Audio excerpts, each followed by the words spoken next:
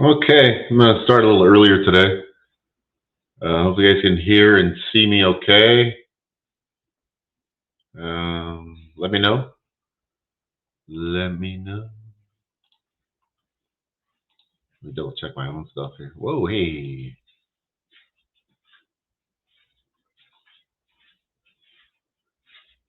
Yeah, okay, we're live in vivo on a Saturday. Saturday. Let's see here.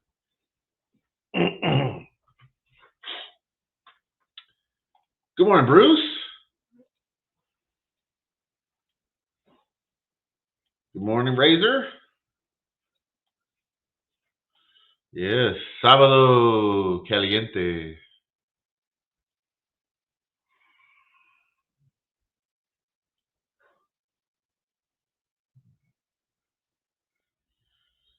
Let's go. We got 0 minutes to Gulfstream first.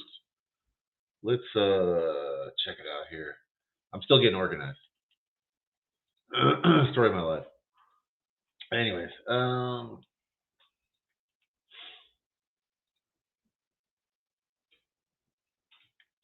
won't take me long. No, I'm not that disorganized yet today. Yet, I say it. I'm not going to. Well, you know what? I'll come back to Delaware. Delaware and Gulfstream were scheduled to go off at the same time, but it looks like Gulfstream's going to go off first, I think. And I do want to look at Gulfstream here. Cut and paste. We got Delaware. Looks like we got 3 minutes to Delaware and 0 minutes to Gulfstream. They're just now crossing over to the turf course at Gulfstream, like the first horse and the lead pony. We got a pretty full day here. I don't know if Razor mentioned it because I didn't get a chance to really watch the show yesterday. I was on the run. This is the last final 2 days of Aqueduct, like ever. So after 133 years, it comes to an end this weekend. Yeah, actually tomorrow will be the last day for the Big A. The Big A is no more. Okay, so let's see here. Ooh, wow, this thing sucks. Okay, get over there, get over there, get over there. Internet seems to be okay so far. Let's see. I kind of like the three here a little bit. Message from the King was the one I really thought there was some a little bit of value. I had a price at 5-1. He's currently 6, so that's kind of where I stand there on that one. I also like the 8 a little bit too, Nano Man. So I had a price at 12. He's at 14. So let's go 3 and 8 pop off a Saturday of winning. So let's do that.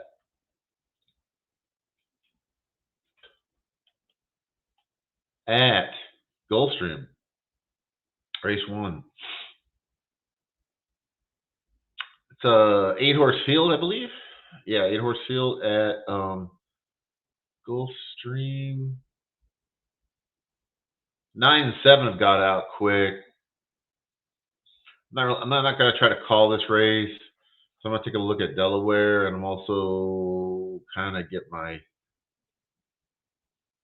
self in order here. Just kind of organized a little bit quicker. These races are going to come fast today. 9's out, got the lead. That was actually my first inclination to looking at the race. He's going okay. They're coming at him though now. The 5 is coming at him. The chalk and the 2 at 7-1 is coming at him, and then the 3 is on the rail, ran 4th. I didn't quite. It was really close there for the win.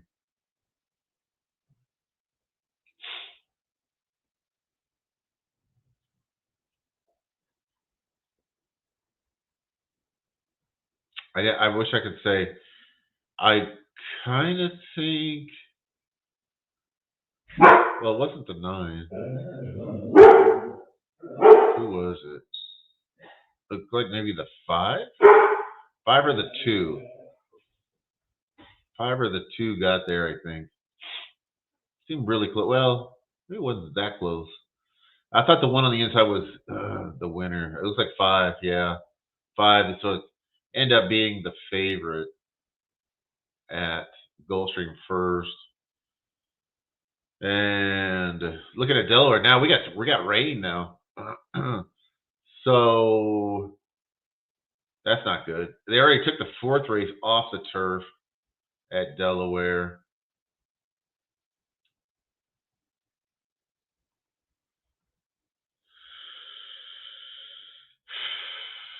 Let's see.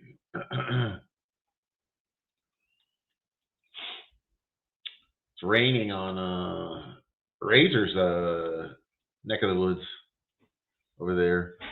They get a lot of rain. It seems like to me the last like 4 or 5 years in the spring. It's still spring, isn't it? No, we just started summer. But like late spring, early summer, they seem to get a lot of rain there. It seems, at least like the last few years.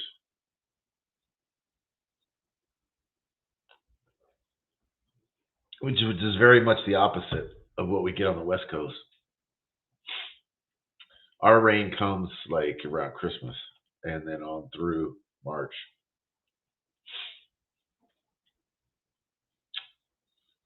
On the West Coast. Okay, so I was looking at Delaware here. I don't hate the one Cyber Beast. He's about I think he goes off at 12. I think he goes up a little bit, and that's about what I had him handicapped at. So I think I'm not I'm not as picky or what should I say? I don't scrutinize the longer shots as much as I do the shorter ones. So if I get the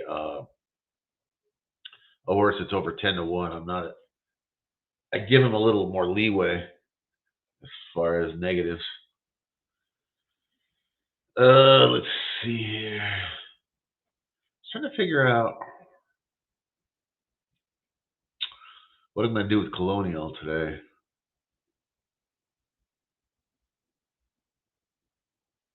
Because I'll be honest with you, that's one track I'm not really prepared for.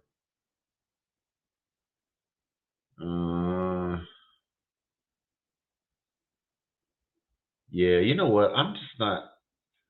That's one track I'm just going to drop. I dropped Laurel, and then I'm going to drop Colonial. I'm not going to. That's two tracks I'm not going to follow today. I never really do Laurel because I respect my bankroll because I just don't have a clue there. Honestly, it is not my cup of tea at all. Let's see. So I don't do it.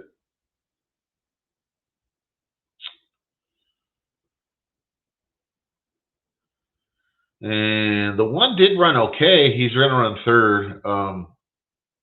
But it's going to be the 2-3-1. 2-3-1 at Delaware.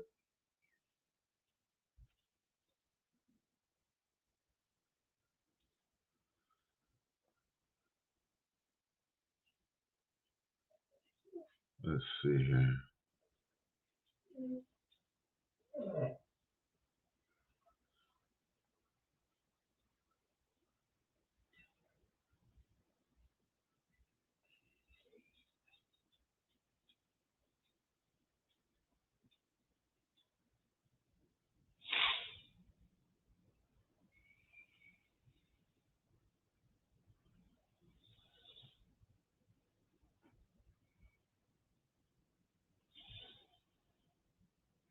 I'm trying to figure out what's next after.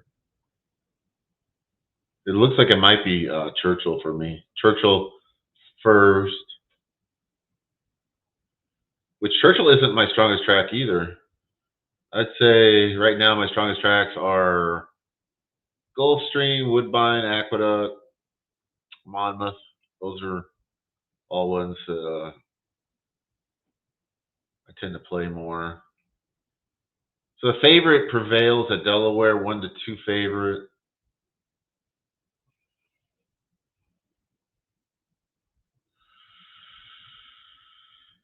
Gulfstream already ran. I don't know why that's there. Let's see. Yeah, Churchill, I believe, is going to be the next on the docket.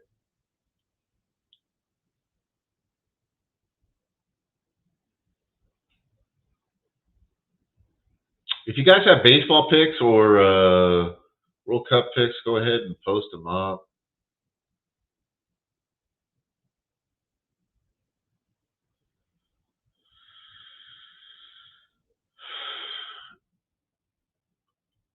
I didn't have any. I don't do soccer, but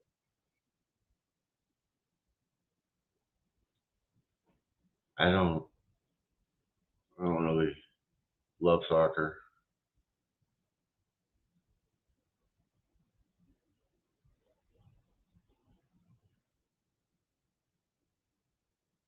One year I did go to the Copa America. I do like the fact that the hot chicks don't wear shirts. They just paint themselves. They just wear paint instead of shirts. That's like the best part of it. Uh, so that's kind of cool. Yeah, Salvador Gigante. Yes, I like it.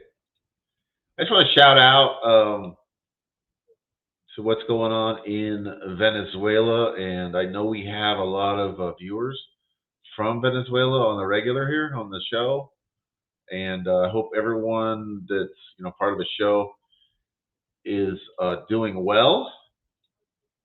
And best wishes. I know it's earthquakes are no joke, especially those big ones like that.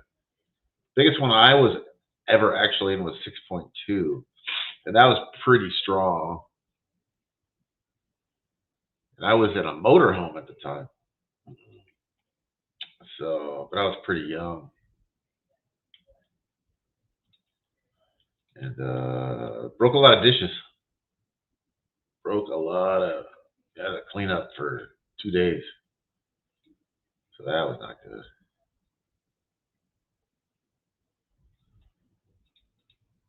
Let's see here, but the type of earthquake that they had in Venezuela is no joke at all.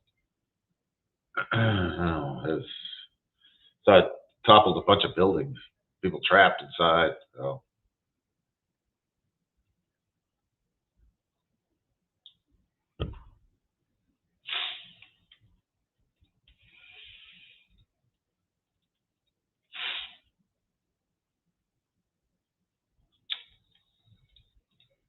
All right, so Delaware, fourth is off the turf, so keep that in mind. I wouldn't be surprised if more races come off the turf.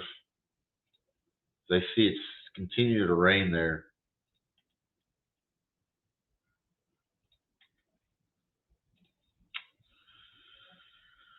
And we got 13 minutes to the first at Churchill. Today is Stephen F. Foster Day. $2 million older.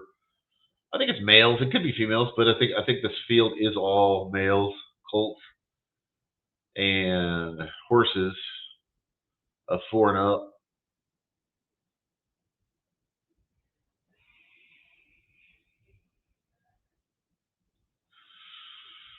Let's see. I think that's the biggest race of the day. And like I said, this is the final 2 days of Aqueducts live racing. Not sure what they got planned there for that site. You want to pick 3 at Churchill? Sure, man. I'm for the people. Okay. I not sure why everyone scratched at Churchill in that first race. I mean, they got literally half the field scratched. But I'll check it out. I'll post it up right now if you want to see it.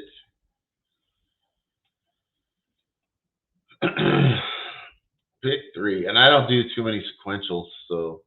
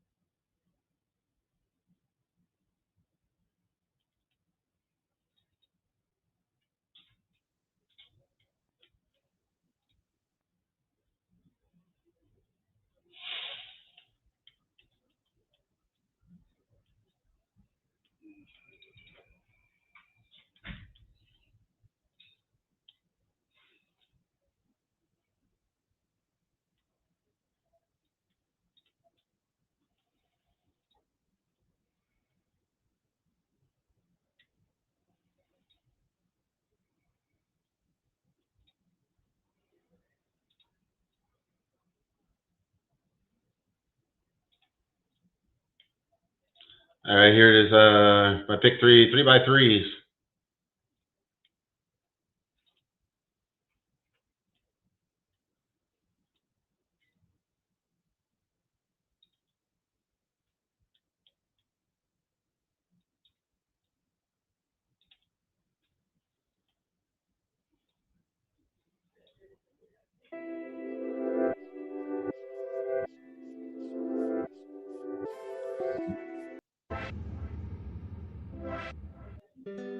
Post it up here. Churchill, pick 3. I don't do a lot of sequentials, but I'll do it here.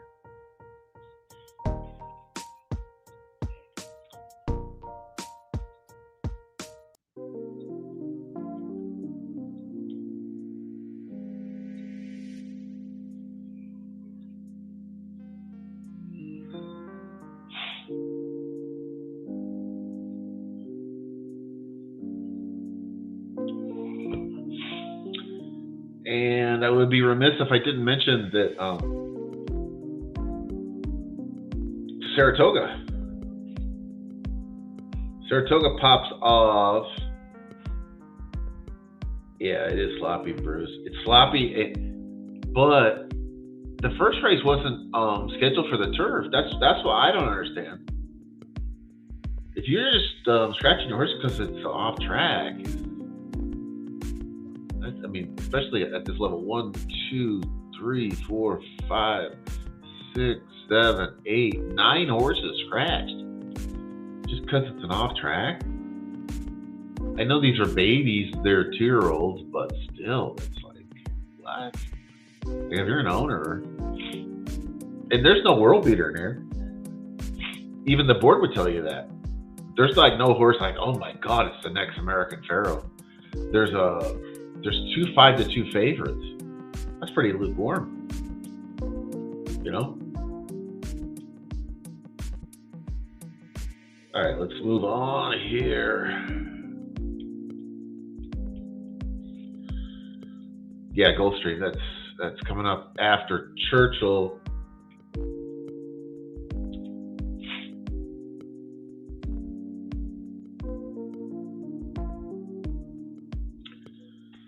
All right, my pick 3.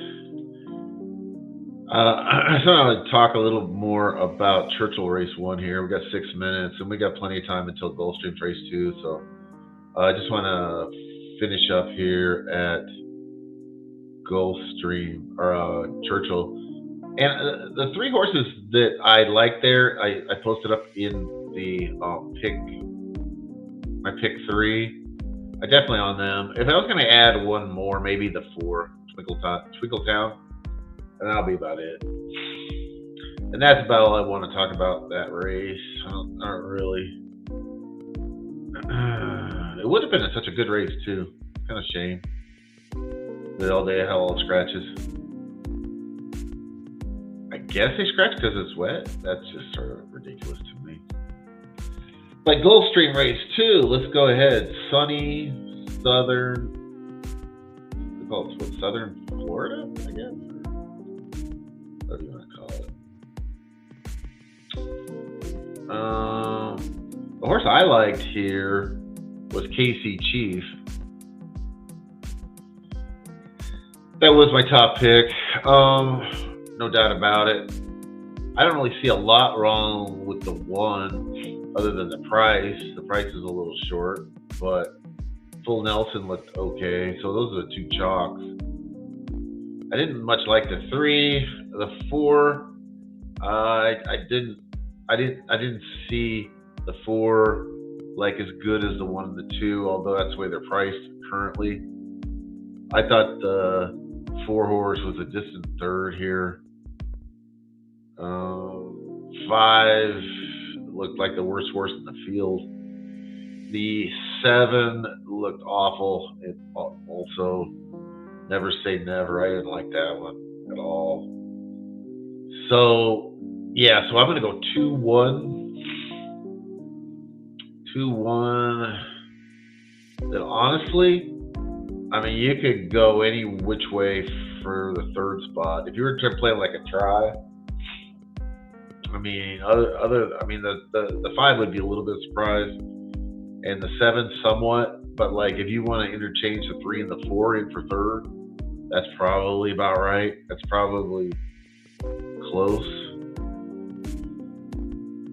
So it gets real blurry after the 1, the 2, and the 1. I think the 2, as we speak, has a little more value because he's 3-1, but that obviously can change as we get closer to post.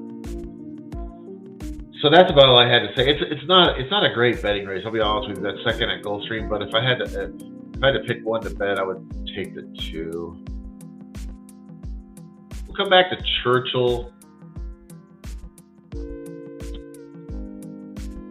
and I guess I'll call it. It's a 6 furlong, 2-year-old maiden special weight for a beautiful purse of $120,000. So,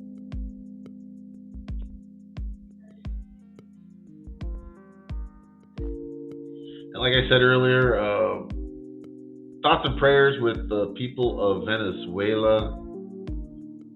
I was there close to the border on the Colombian side in January. That was like the week they snatched up Maduro. So I didn't have any problems really. I mean, I had one guy at the liquor store late at night. He said, "Go home, Yankee." But his buddies were like, "Oh yeah, we're not down with that." They kind of like disowned him at the scene. I was there with my father-in-law and their family and my wife, and so he wasn't going to do anything. So yeah, I think I told that story before though. I'm almost sure I did when I came back in February. Let's go sports! Yay! It's like got that. Let's get kind of keep that clear so we can see the Equine Edge data. And they are approaching the gate now at Churchill.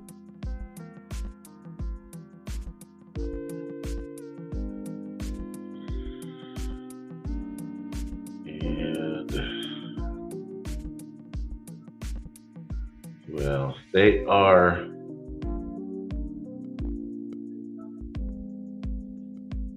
Did they have turf racing today at Churchill? You know what? It just occurred to me. Are they off the turf or? I don't see. It's real swampy there, man. You know what? I believe they're still on the turf. I saw the racetrack and I automatically took everything off the turf, but I don't think it is. What did I do that for? Oh, well, I know why I did it, but okay.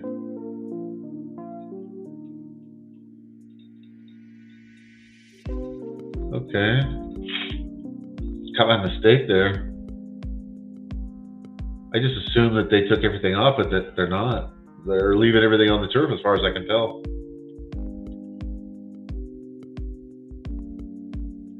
All right. They are 3/4 of the way loaded at the first at Churchill.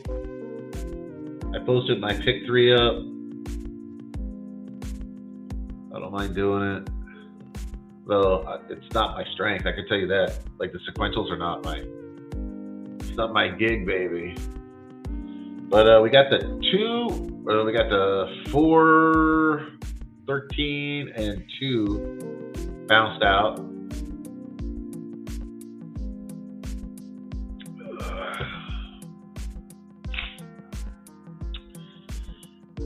We're gonna have to have somebody come off the base to keep my pick 3 alive here. Come on. Although it doesn't look like they're going that fast, but then again, these are 2-year-olds, so they're not always equipped to go long distances. Here comes the 2 a little bit. He is making a move on the outside. 4 has gotten clear though. Wow, these horses are green, especially the 2. He's not running straight at all. And the 4 is going to kill him. That was kind of the horse I was sort of like, oh, that maybe I should have added that one. Anyways, my pick 3 goes up in flames. It goes 2, 4, 2, and then a distant 4, and then another distance to I don't even know who got third. Maybe the 13. I'm not sure. Oh well.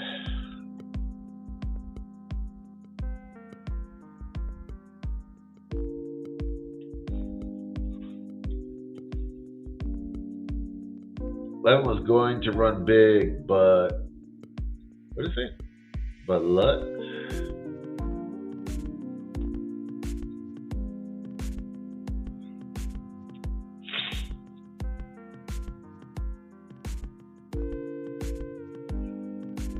Oh yeah, okay. Levin's crashed. Okay.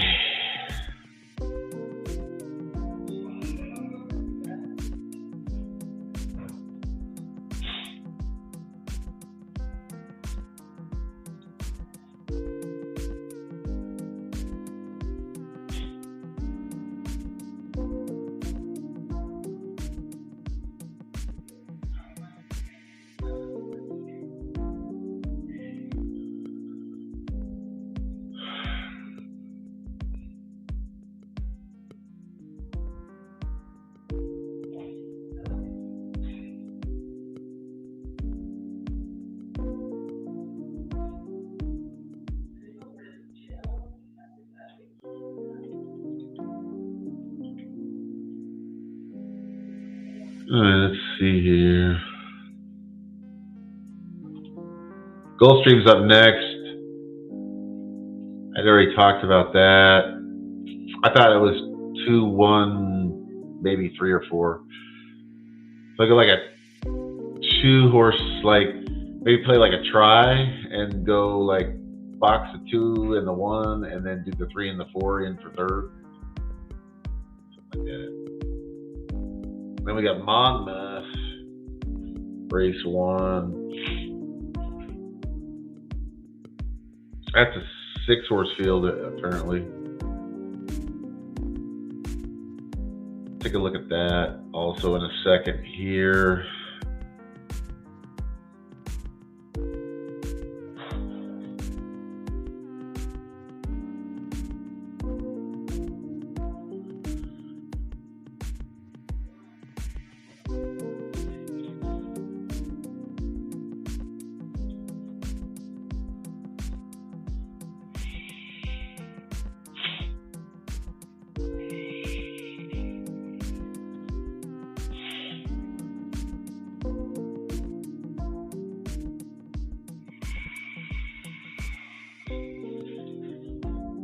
All right, where are we?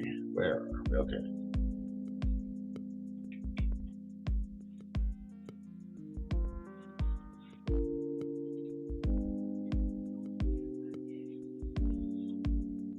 So then we got okay. So we got Gulfstream coming up, 0 minutes. Monmouth in a minute, and then Delaware in 5, Woodbine in 11, and then Aqueduct pops off in about 20 minutes.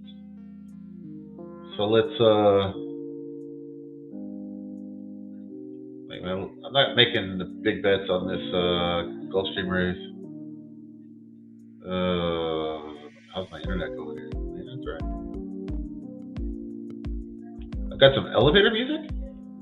Do I? I got no music here, man. Do I? Not hearing it. Let's see. But then I have the sound off. Hold on.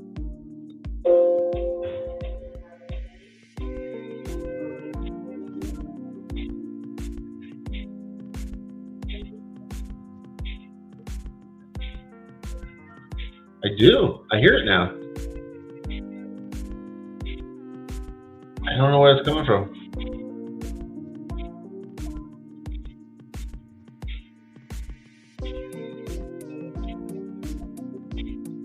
Thanks, Bruce. I had my sound off on that screen, on that computer. It is very soothing. I have no idea where it's coming from, though, man.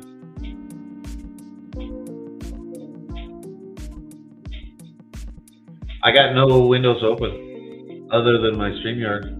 Oh.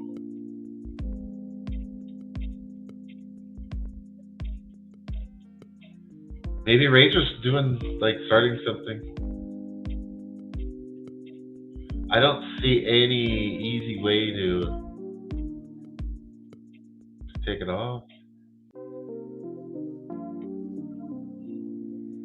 I do. It is very soothing. I wouldn't call it elevator music. That's like, you know what it is? It sounds like to me, it's like, I would say on hold music. That's what I would call that.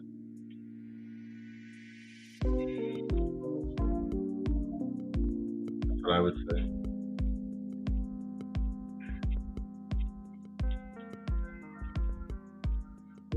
All right, Dan says to keep it. Okay, I don't really have a problem with that. I'm just trying.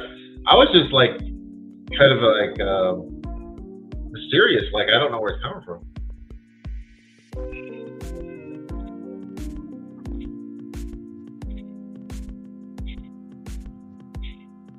Not Razor.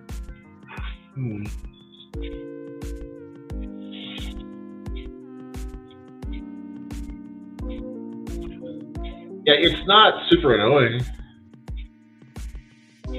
I don't know if I love it. But...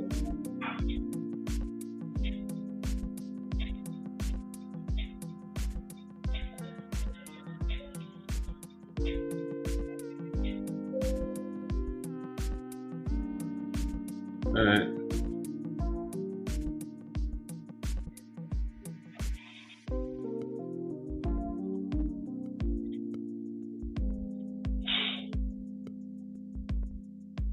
All right, Monmouth just popped off. I kind of want to look at it, but I didn't get a chance. You know what? I didn't have anything marked overnight for that race, which generally means that it was probably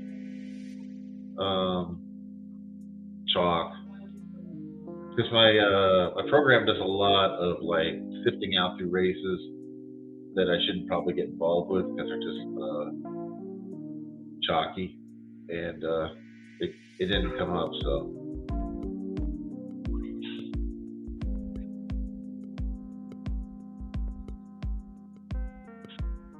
I don't think I've got. Let's see what else we got next. Delaware. I don't think I'm gonna do the Delaware race. It's a very small field. Got 5-horse field. I think I'm going to pass on that one. The first at Woodbine has a very small field too, another 5-horse field. I don't think we have to really like dig into those, you know, like on a weekday. I think on a Saturday we have the luxury of just glossing over those and then getting to the good stuff. You know, all killer, no filler. That's what I'm about. So, and then we got a 4-horse field at the first at Aqueduct. You know, that's the first thing I thought of. You know, when I saw that Saratoga opens this week, I was thinking they usually give them like a week break to get everything moved up there, but I noticed that they weren't doing that, and so my thought was, you know, they probably are already moved.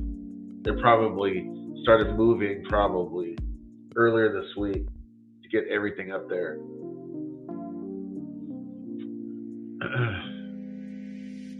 So we had a friend of the show, Dommy Gun, was in that business before in New York, where he's like in the logistics business and moving stuff and getting stuff all up to Saratoga years ago. And he mentioned that it's quite the hardship for people to get everything moved out of the city on up to Saratoga. Of course, that was a few years ago, I'm sure, but still, I can imagine.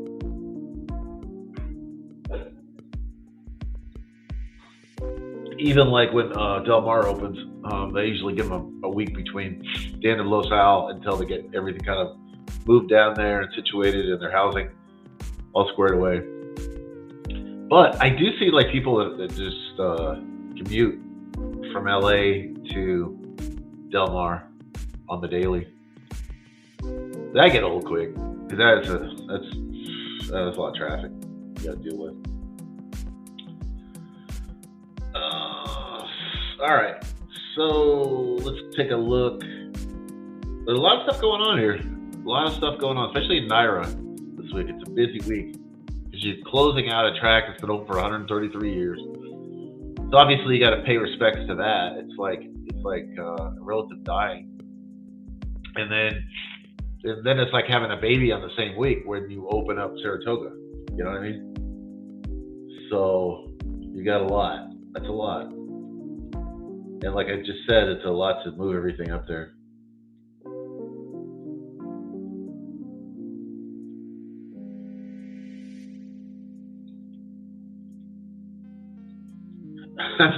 I'm still like a little mystified by the music. I don't know if this was like a new thing. But I didn't check my notes this morning. I probably should do that. Just go ahead and start the show. I'm definitely a leap before I look person. Yeah, let's see. I got a message here.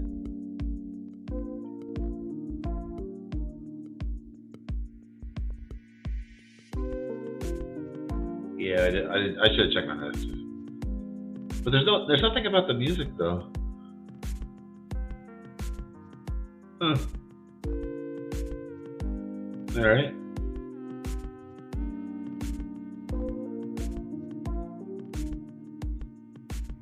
All right. All right. We got the mystery music.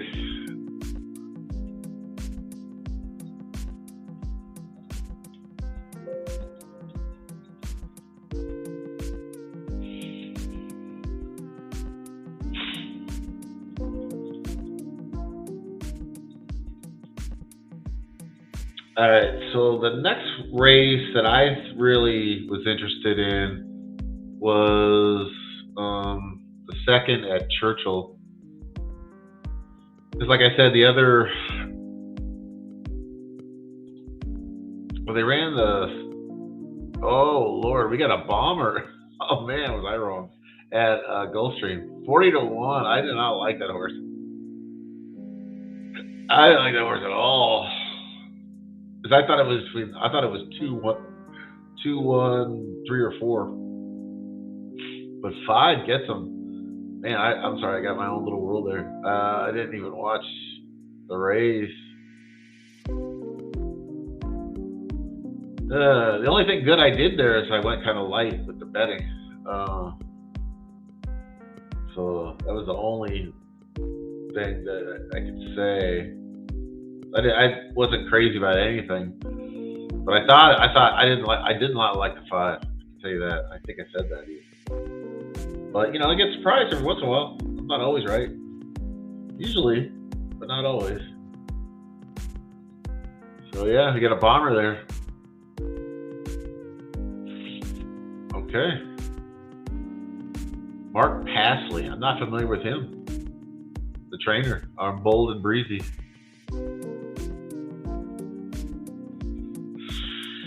That one snuck by me.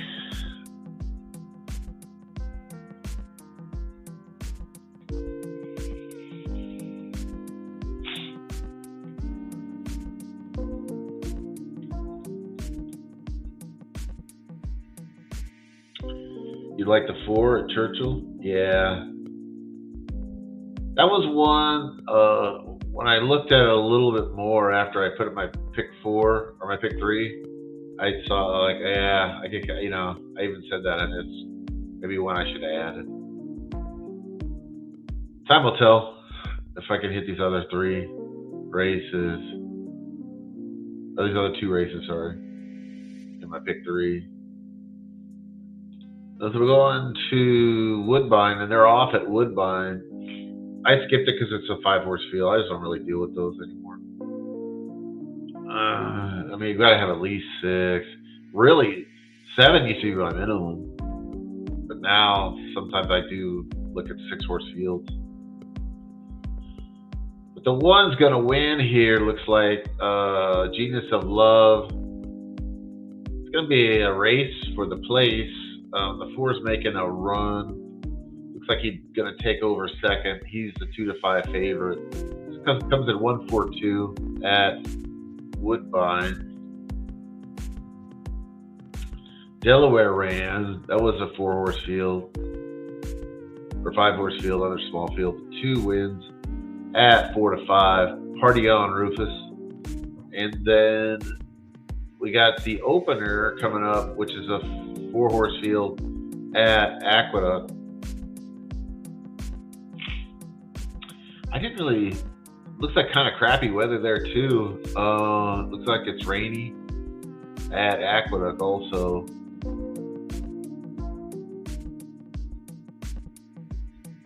They better not take stuff off the turf. There's no real tomorrow. Well, there's tomorrow, but that's it. That's just, yeah. You don't have to save the turf course for anything.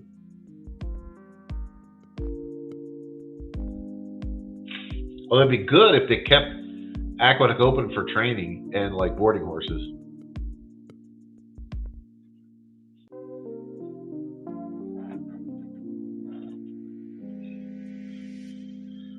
All right.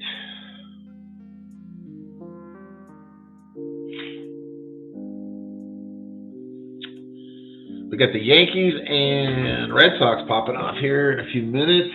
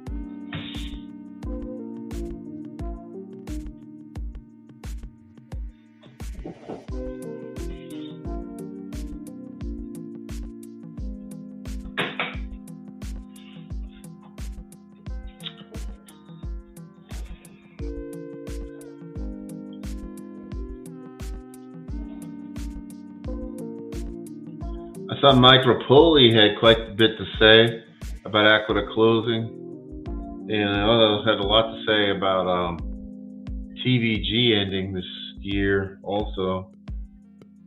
If you follow him on Twitter.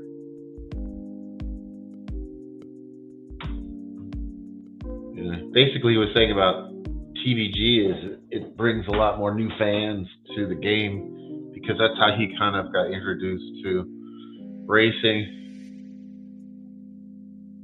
But I think it's a little bit of a different generation. I think the younger generation is more like online than on television. I don't think they get their information through TV.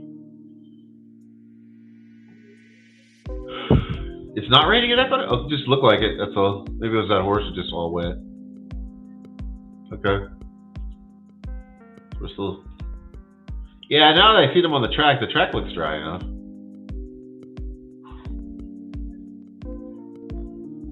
It looks dark there though.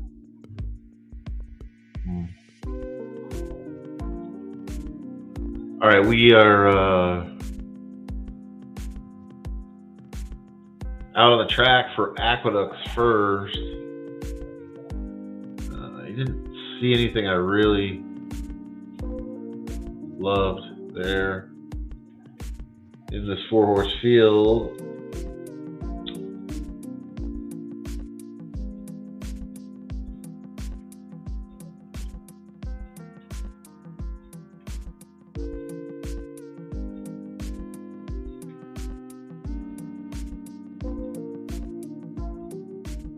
And it is absolutely pouring now at Churchill. So stay tuned. We'll see if we're going to have turf racing at Churchill. It is torrential.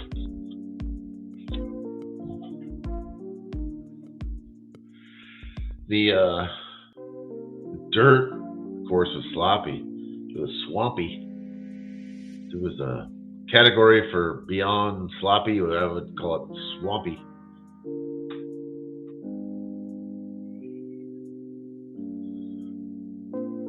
All right, so like I said, stay tuned for Churchill.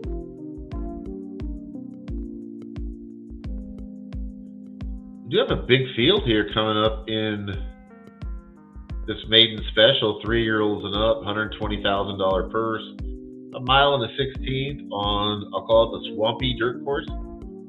And yeah, it is pouring there. I wouldn't be surprised to at least delay this race a little bit,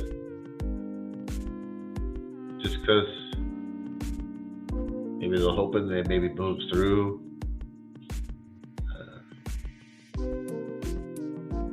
I'm not a meteorologist.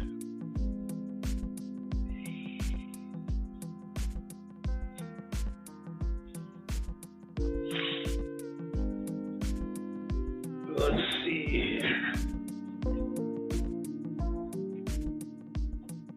So I was over at the racebook yesterday at the end of the day, and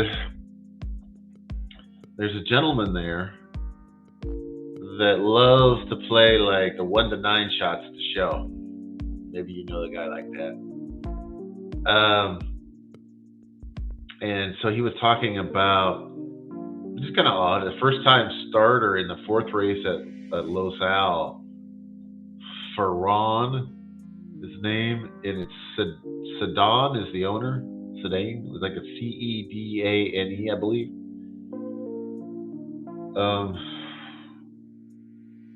So he claims that that's like a sure thing, which to me might be like a trigger to maybe play against, because the guy, he's not really a winner. So I'm just saying. And he was hot on Sovereignty too, because they were showing Sovereignty there, and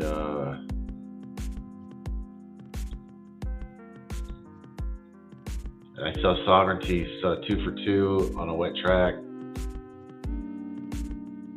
That's a good horse though, I mean. But I felt like there was pretty good competition in here for that Foster race. I don't want to get too far ahead of ourselves, but that race doesn't go off for another 5 hours.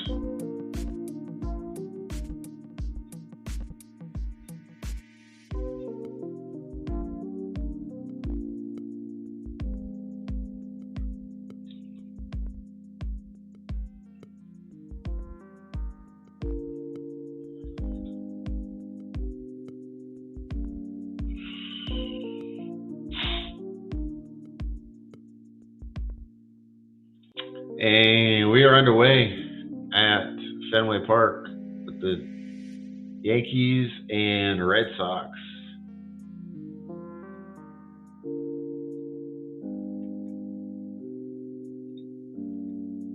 We're underway there. Has started, yes.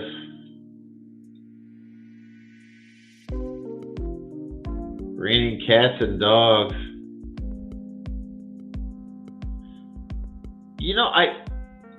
Don, somebody was explaining that the cats and dogs thing, and it had to do with witches and black cats, and the witches used to put the animals on the roof. So I guess when it rained hard, it would wash the dogs and cats off the roof. It was somewhere on YouTube. I watched that. So yeah, that's how the saying was. Didn't make too much sense to me, but yeah. Do I look at okay? Good morning, Wally. Wally's in the house. Love Wally. Do I look at the offspring like the Tomlinson numbers? No, not really. It's not anything that I do, and I'll tell you why.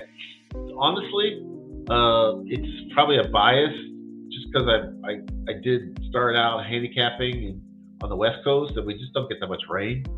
So it's like so few and far between that we have like an actual mudder, or the offspring that are mudders. And I don't believe like affinity for the mud is really like comes through genetically. Some horses, yes, but I think it has to do with their hoof size. That's what trainers have told me. The smaller the hoof, the easier it is to get into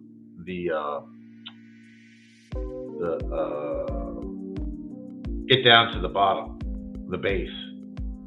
Because if you have wider feet and it just stays right up on top of the mud, that's not where you want to be. That's what I've been told. So, but I don't know any stat where you can find that out. So that's kind of tough. You know what I mean? Top 99 whiff rate, yeah. We are off at Aqueduct. We have 4 minutes to Churchill. It's like the rain kind of slowed up a little at Churchill.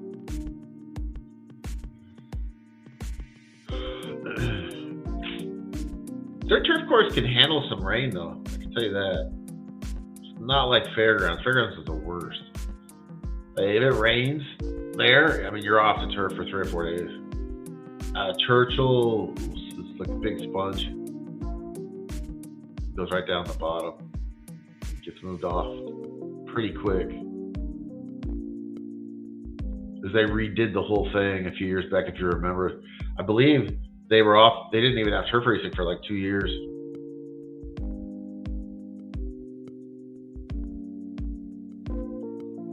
For 2 seasons. All right, the 3 at 5-1. Open Soul Autism wins at Aqueduct first race. What do I think about the 6 at Churchill? Good question. Let's look. Maybe I should open up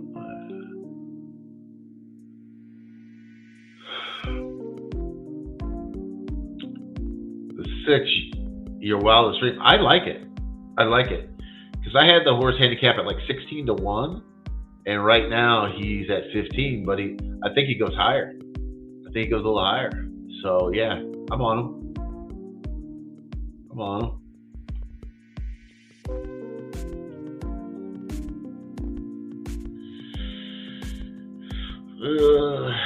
I don't know if it's my top pick, but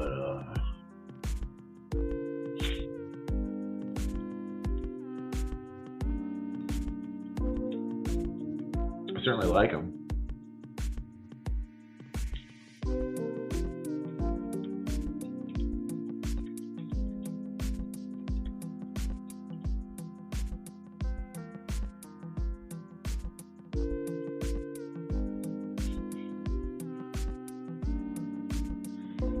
But my pick 3, I had picked the 4, 5, and 10. I do like the 4 in here though. Also,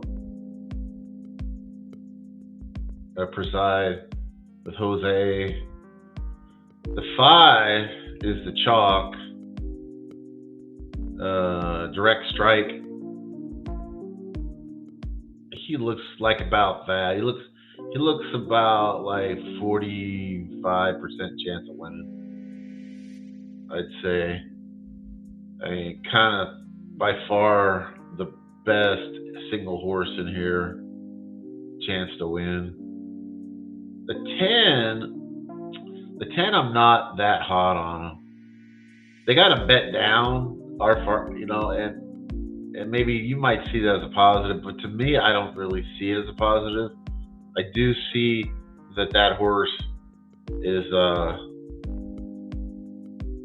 bet down. I don't think he's really, truly a 3.5 to 1 type horse. I think he's more like 6, 7, 8 to 1. That's not bad. He was my 3rd pick in there. That's all. And so, from just chance to win standpoint, I'd say the 5, like I said, has the best chance to win, which is Captain Obvious. I get it. The 4, I think the 4 looks okay, and the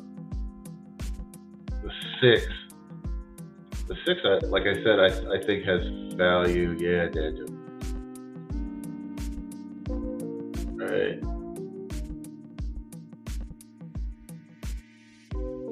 The Mutters? Yeah. The Mutter was a Mutter. Yeah. Jim Belushi said that in one movie. I don't remember what movie it was. It was like from the 80s. The Mutter was a Mutter.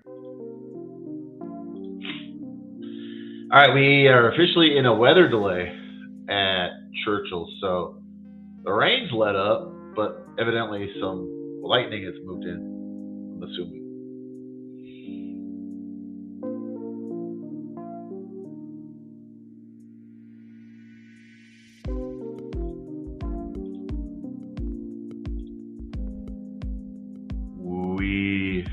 I don't know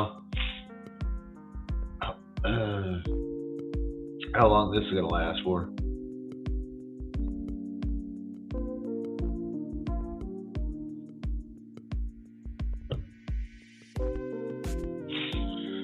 Red Sox have broken on top. 1-0 over the Yankees.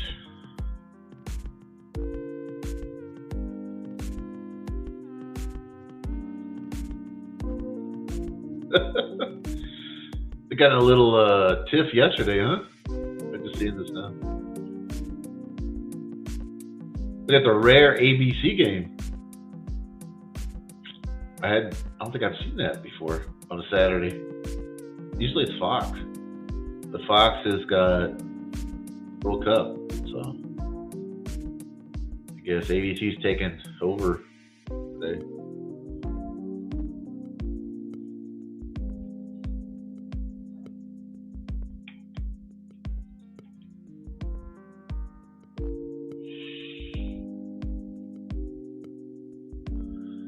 We got a weather delay. All right, we got Gulfstream third coming up.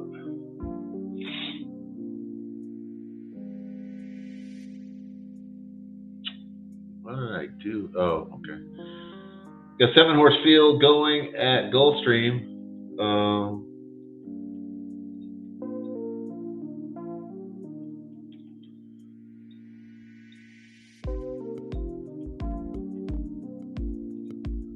We got about 5 minutes to that one. We can go through these though. I'll keep an eye on Churchill. They went back undercover. So clearly they got a lightning issue. So they're in a holding pattern.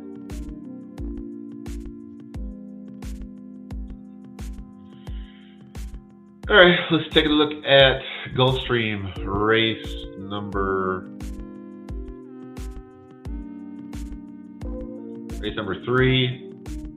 Shows 1 minute, but we got quite a bit more time than that, I believe.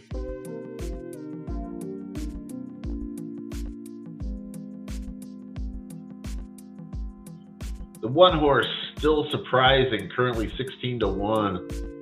I priced this horse around 12 or 13, so yeah, I like it.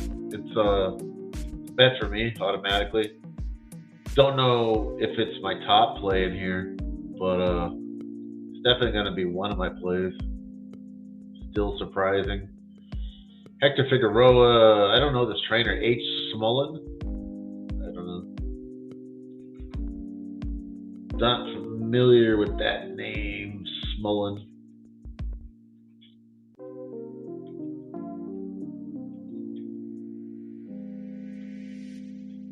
Still Surprising.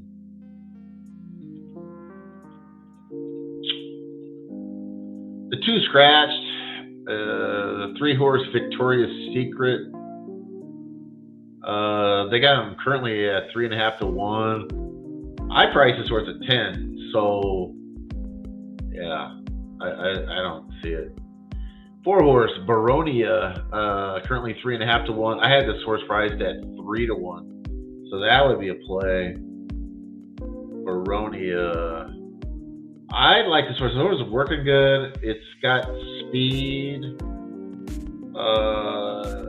This is hate to say, but I think maiden claiming is kind of this horse's jam. You know. But yeah, Baronia I like better than the 1. But I'm still going to keep my 1 in my exacta, and I'll come up with an exacta play here in a second. Just to get on through these races, or these horses, sorry. The 5 horse, currently 4-5, Mindful Grace. I had the horse price at 7-5, so it's not really a play for me. This is, like I said, I put more scrutiny on these short price horses than I would, and I just don't see the value there in it. The horse probably has the best chance to win, probably, but I just don't think it's worth a bet. 7 horse, I'm sorry, I skipped over the 6. 6 horse I didn't like at all. I had a price of 200-1. The 6, Memory of My Life. The 7 horse, Hit Music, currently at 16-1. I had this horse priced at 14, so that's another play. Probably equal to the 1. You know how much I like it. So Hit Music, I do like. I like the 1. I like the 4. I like the 7. Starship Spectacle. There's a horse I like also. Oh my god, I gotta end up with 4 horses in here. That is 7 horse field. So, but I don't have the favorite. So add the 8 also. I think I like the 1, 7, and 8 all kind of equally. The top play would be the 4. So logically, I would key the 4, like an exact box key, let's say, to the 1, 7, and 8. So key the 4 to the 1, 7, and 8, and that's what I'll pop in here. We'll go 1 on top of the 1, 7, and 8. And that's what we're going to roll with here at Gulfstream in Hallandale Beach, Florida.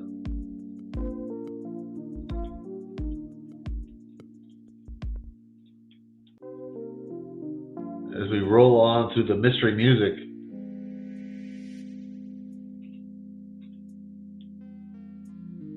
Okay, there's my Gulfstream play as we load at Gulfstream 3rd.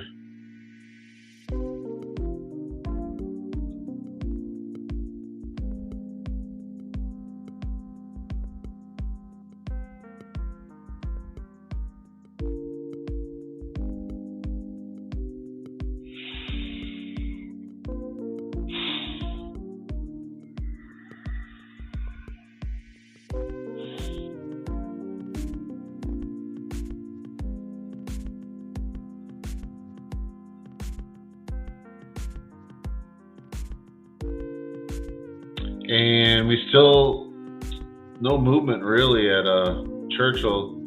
They went back to the paddock, and that's where they're at. So we're not going to have a race there at least for another 3 minutes. Even if they rolled out now, it'd be 3 or 4 minutes before they get to the gate. So we will continue on with Monmouth Race 2 coming up. And Monmouth 2's already off. I missed that one. That was a 6-horse field. Kind of wanted to look at that one, but didn't get a chance.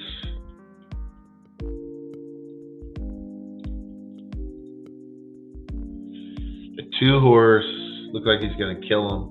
Although the 6 is 1-5 coming at him now a little bit, making up some ground. The 2 had a big lead. The 6 cut into it, but still hasn't got up next to him yet or nothing. And the 2 looks like he's going to win pretty easily. The 5 wins. The 3-5 favorite wins at Gulfstream. I didn't really, like I said, I didn't like the odds on that guy at all. I thought it was like 3-5 seemed too short to me to take. But the favorite gets home. The 8, I think, got second. That was one of our prize horses. We had keyed the 4. I never saw the 4. Then again, I was kind of trying to catch up at Monmouth. Oh, I see the 4 now. The 4 got 4th, maybe? It was like 5, 8... 5, 8, 3, 4? 5, yeah, something like that. 5, 8, 3, no, 7, then the 4. Yeah. Yeah, 4 ran bad.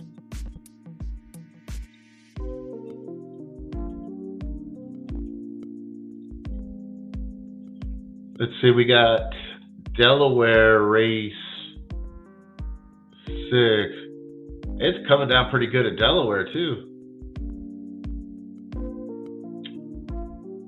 Is it gonna be one of those days again? Or just rains?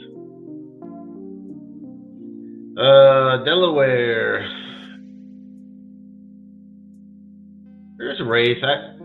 The one I'm kind of on the fence on. The 2, I'm also kind of on the fence about. I do like the 3, Old Town Road. 4, I do not like at all. I don't like the favorite at all here, Float On. 6-5. I had this horse capped at 6-1, so I do not see that. When you're off on the favorite so much, everything else is going to look good, so which is kind of the case here. So, like I said, the 1 and 2, I'm kind of on the fence. The 3 I'm on for sure. Old Town Road. 4 is toxic to me at that price. The 5 is at 5-1. I kind of agree. I think that's about right. So that would be a play. And then the 6 horse, I think that's your actual like deserved favorite is Mason.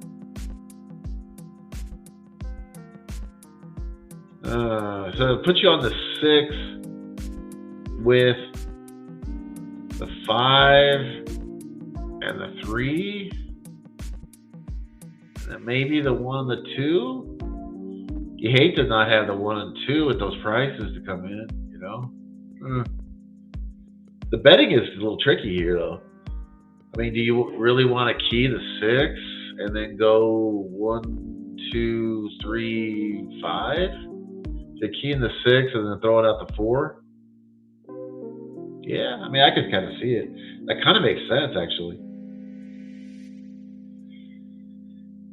And maybe kind of layer the betting, like more, like key the 6, but then maybe do one small amount with like, which I'll just put up here. Or it's easier just to show it than explain it. Let's Why am I not showing exact? Oh, here it is. Exact key box. Let's go to 6. And then the 1, 2, 3, 5. For let's say like a smaller amount, right? Come on now. I'm running out of time too. But just to kind of give you an idea, this is going to be a little haphazard, but and then do another exact like with the 5 on top, 5 keyed to the 3. I'll key the 6 to the 3 and the 5. Do another one like that, just with the 3 and the 5.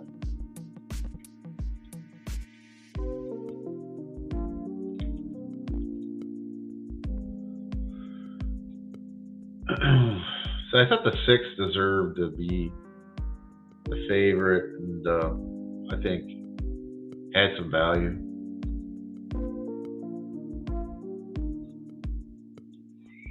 All right, they're off at Delaware. I'll check in with Churchill. They're still in the paddock, but the jockeys are back up on the horses, so that's a positive sign. So it looks like we're going to have a race here in about 3 or 4 minutes at Churchill. That'd be my guess. All right, I can't see the numbers too much here at Delaware. Looks like 4 has got to the lead over the 2, Raleigh. The 6, I think, is out of it. I think the 6 ran and then like contested for the lead and then like really faded out of it. Now here comes, here comes the 6 again. 6, I think, is in second. Oh no, that's a 5. That's a 4. It's hard to see through this driving rain. 4, 5, 1. 4, 5, 1. Ah, man, the horse I did not like the 4 at all. The 4 is going to win at Delaware. Yeah. I was a play against the 4, but he gets there. Churchill, they've posted up, their time at 1 minute now, but that ain't happening because they're going away from the gate still, the horses. So I would, in all accuracy, I think that Churchill's probably got 3 minutes minimally. Then we got Delaware race. They just ran the 3rd, right? Yeah, it was the 3rd. Okay. Churchill, and then we got Aqueduct coming up. Aqueduct's probably gonna run. Aqueduct's probably gonna run before Churchill, I think. Or right about the same time.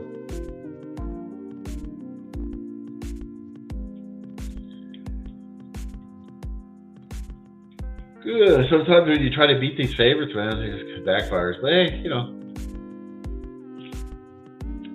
you gotta go with your opinions. I don't know what else to say. Sometimes opinions don't work out, though. We'll be all right, though. I've been doing this for a minute. We'll get back. We'll get back. All right, so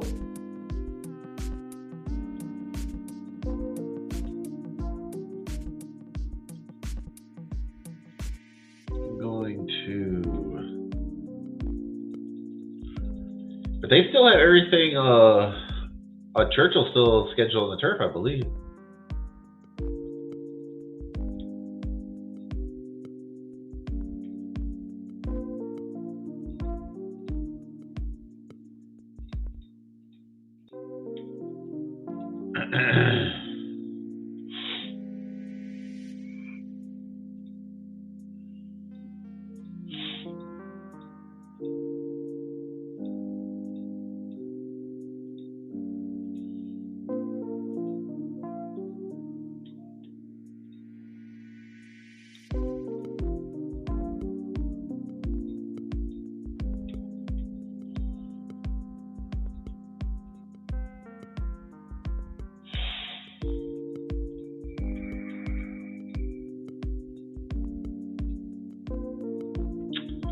Churchill, let's see.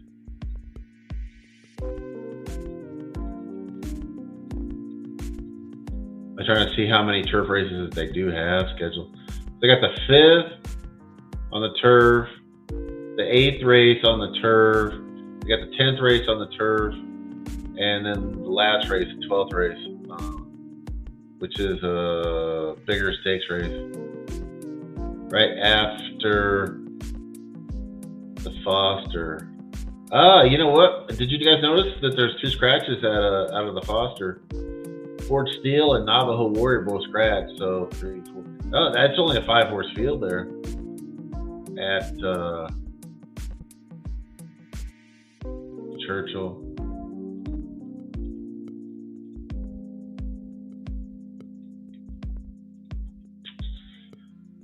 Okay.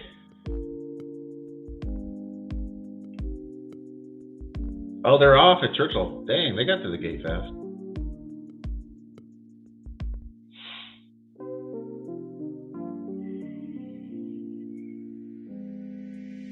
I missed that. All right, they are off at Churchill Downs finally for that second race.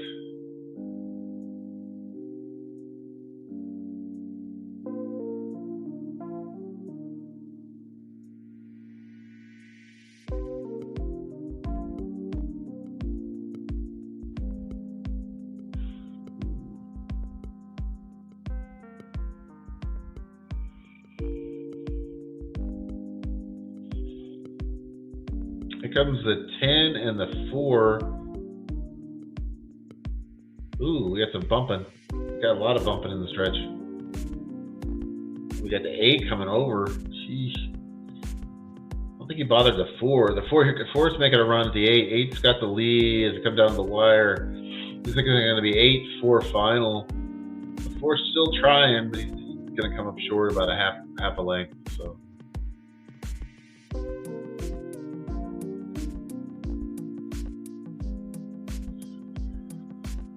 All right, let's see.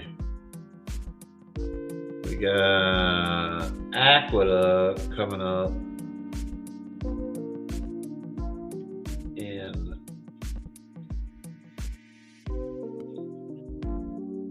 a few minutes.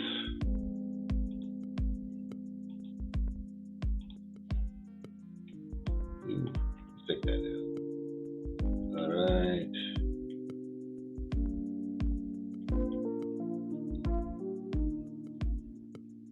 Yeah, the Woodbine. It does.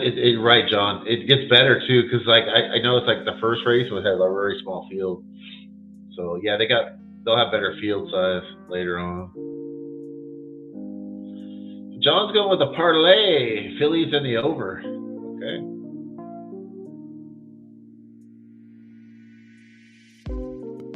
Yeah, you know, Dan.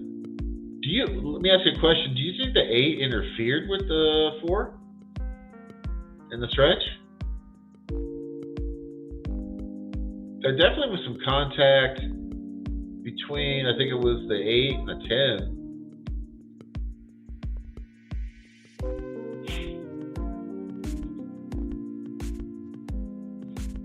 That's what it looked like to me. All right, we're loading up at Aqueduct on the turf. I didn't really have anything here. It was a small field. Thought about the 4 a little bit, but spinning class, he's short. I don't really see too much.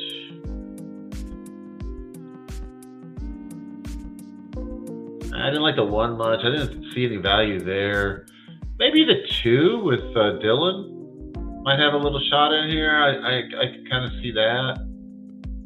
The 7 looked all right. Looked like a 2-to-1 shot. That's about what he had. He's a less, but still. 4 didn't look horrible. I just didn't really see the value there. So I think if I was going to take a pick, I'd take the 2. I took the 2 at Aqueduct.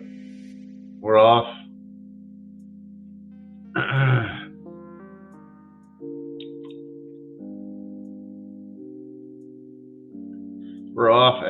Aqueduct. Take John Deegan's advice and take a look at Woodbine here.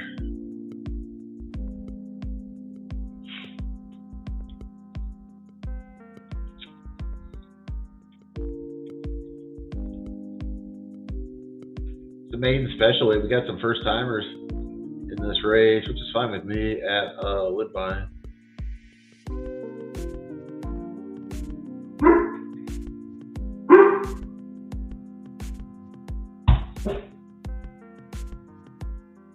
Let's take a look. I won't be able to call this race at Aqueduct, but Woodbine though, I do want to take a look at it. Smoldering, I think he's a little bit short. I'll just do the ones. I'll just look at the ones I had marked overnight. Ada Claire, I think he's way short. I was hoping this horse would be 8 or 9 to 1. Guess I was dreaming. So no play on the 1 or the 2 or the 3 for me. Although the 2 I could, I mean 2 I think if I was going to take any one of the first 3 I would take the 2. But move on here. The 4 horse Live Each Day is a play for me. That's my top play here. I can tell you that right now. Live Each Day. I'm trying to find that. Live Each Day.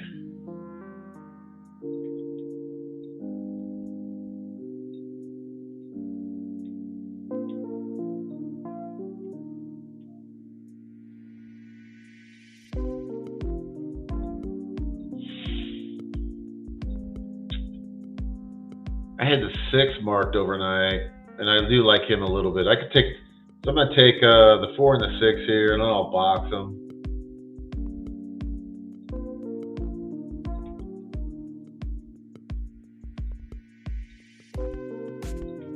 Four and 6.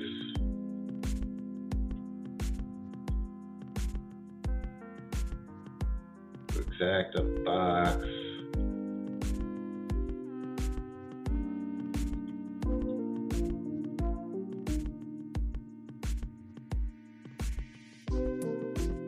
They're coming, the Woodbine, the 2 and the 6 coming off the turf. Is this race off the turf? Huh? Oh, I see. Okay, I got you. I know what you mean. All right. So that's Woodbine.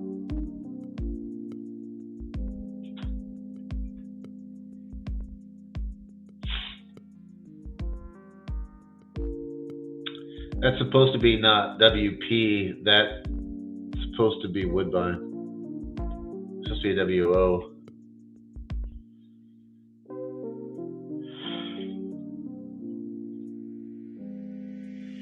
All right, Aqueduct. I don't think I come any chalkier. The 4 over the 1 there. That's the 2 chalks.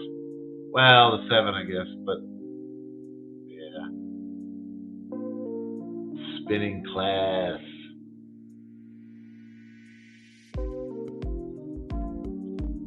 Anyways, let's go to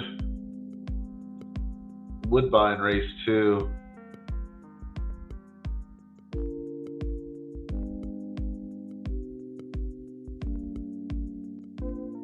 Woodbine race 2.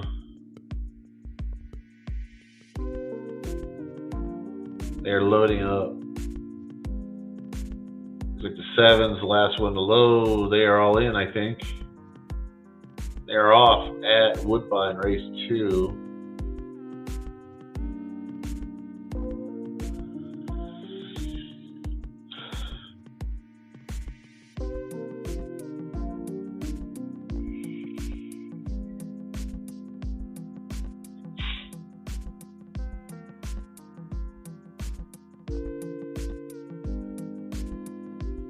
The 4's gotten out to the lead. At Woodbine. The 5's right there. It's Britt.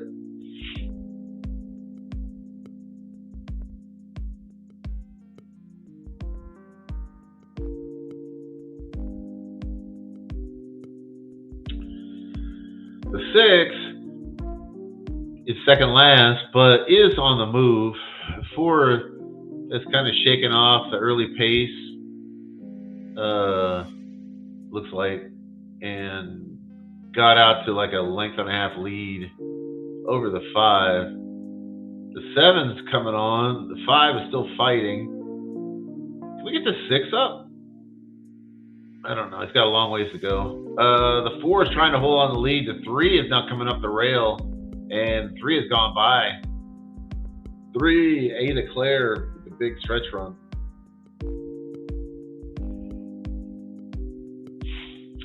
I believe that was your favorite, Ada Claire, 2-1.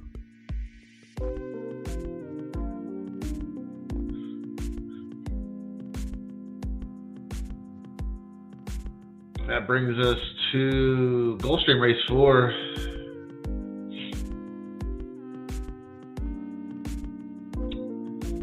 Eight minutes. That's kind of the next one on the docket.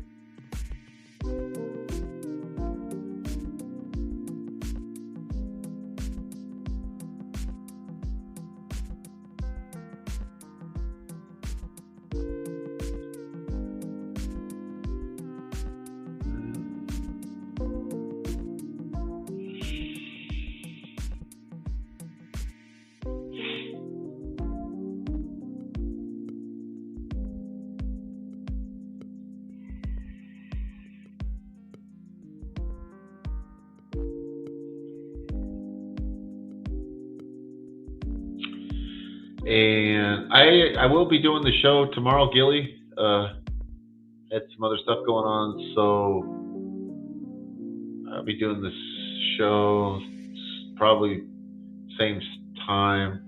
I tried to get on a little before the 12:30 Eastern.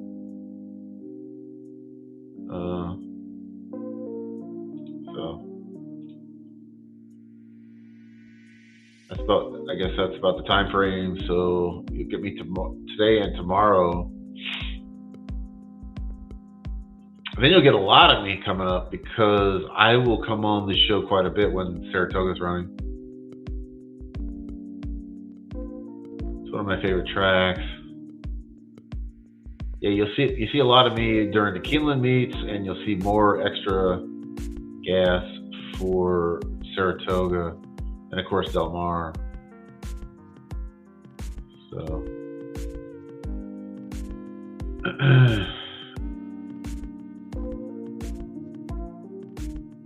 yes, Bennett is dealing. I agree, Dan.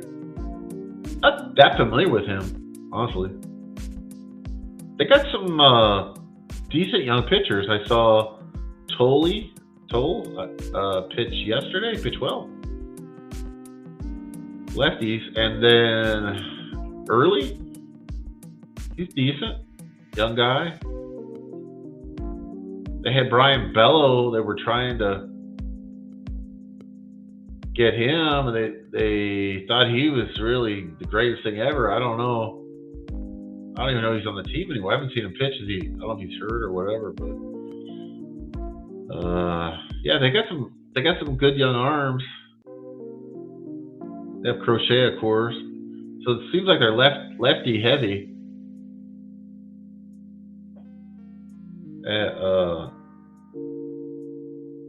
Yeah, but I think the best part about that is it seems like they're all guys that are young. Even Crochet, I don't know if Crochet's even 30. So he's like the veteran.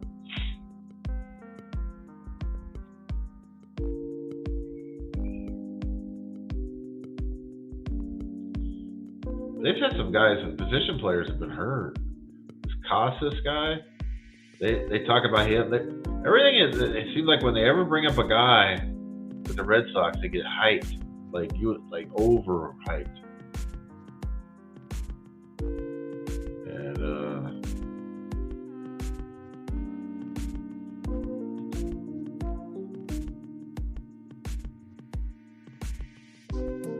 yeah. All right, so we got Gulfstream, They couldn't get rid of their coach quick enough. I don't know. It seems crazy. Like, okay, we're going to start the season, but then a month later we're going to fire you. Okay.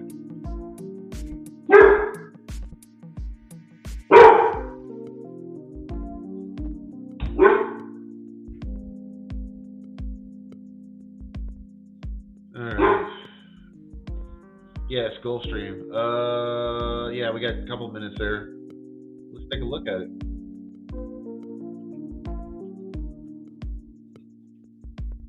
Gulfstream.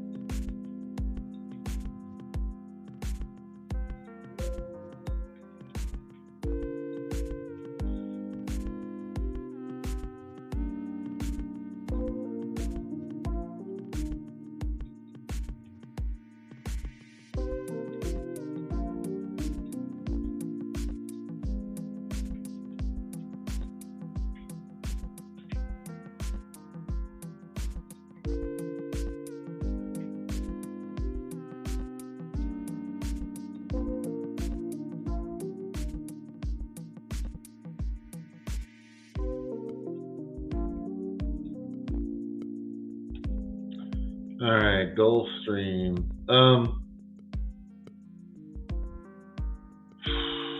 Well, the one horse scratch, so he's out. Lady Question's out.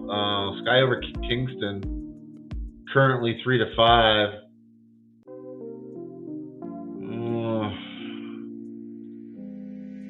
I mean, I'm not taking him. I'm just trying to figure out if he's like a play against.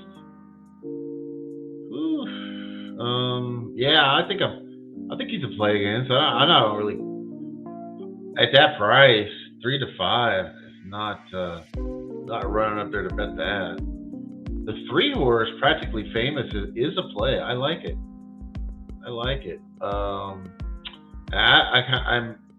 The 4 is about the price he ought to be at 3.5 or 2-1. Evanora, I could definitely see that as a play. 5 is kind of on the border. Brenna, currently at 13-1. I think the horse actually drifts up a little. The 6 is about where I ought to be. But I think if I was going to take one play, I would take the 3 here, Practically Famous. I think it's got slightly better value than these other ones.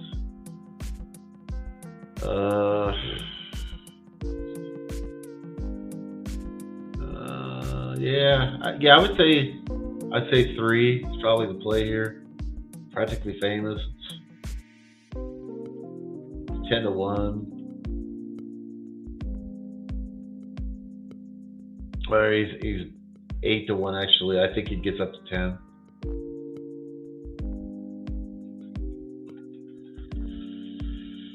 Practically Famous.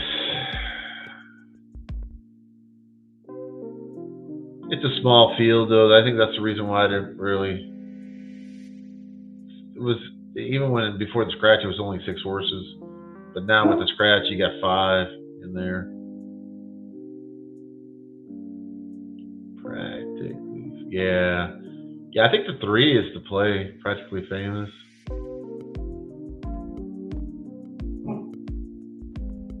Red Sox, I had a couple more.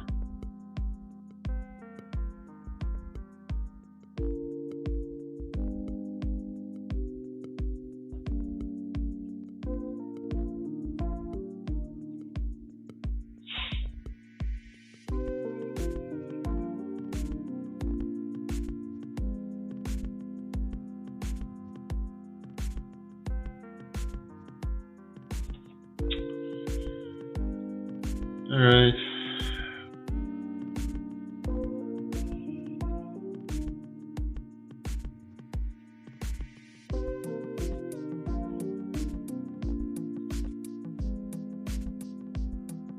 We got Monmouth for 0 minutes.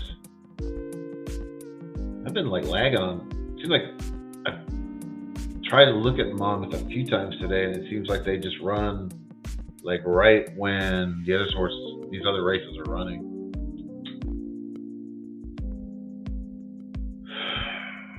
So let's we catch a race at Monmouth. Oh, this one's got this had a little more size, but no, they're already gone. They're already gone at Monmouth.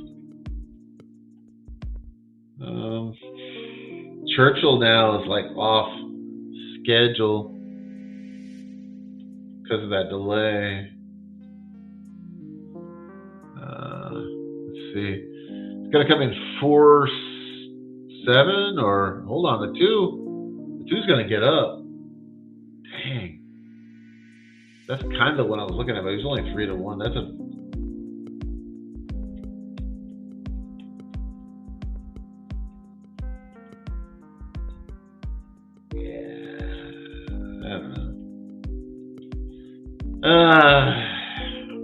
all right, they are loading at Gulfstream. We have a minute to Delaware.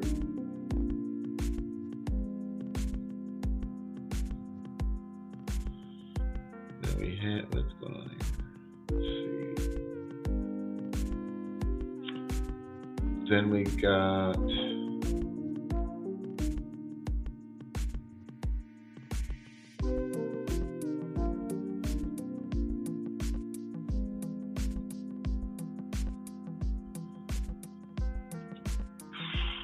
what we got?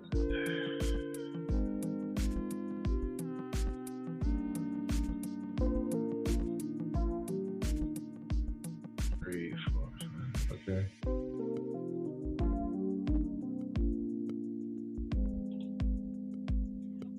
All right, they're off at Gulfstream Race 4.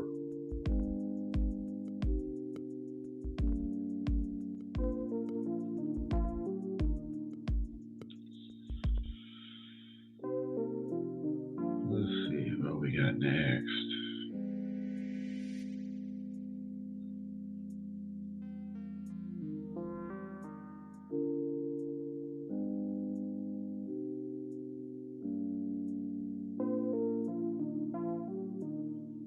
Look at the 3 that I liked at Gulfstream, at least like contesting or competing against this 2, the 1-2 favorite. Got up alongside. I think that 2's got him though. The 4 is making a big run. Evanora. It's the other one I kind of liked, Evanora, but 2's still there. Now here comes the 6, Miss Magical, chasing the 4 because the 4 is now taking the lead, so it's going to be 4-6-2. 4-6-2 at Gulfstream.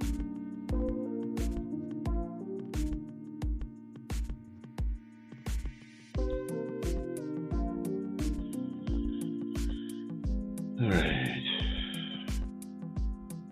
Delaware. They're sloppy and off the turf. We knew that.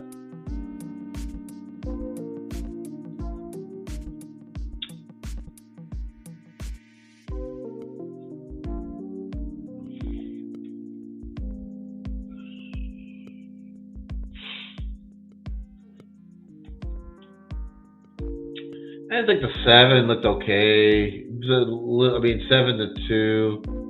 But I mean, realistically, it's probably going to drop down. Then the 7, Gators Rain, looked like a decent play. I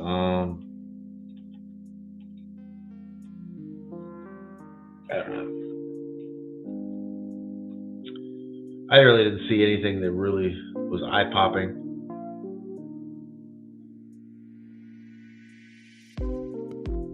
At Delaware. We got 4 minutes to Aqueduct. We have 3. We got a 5-horse field here.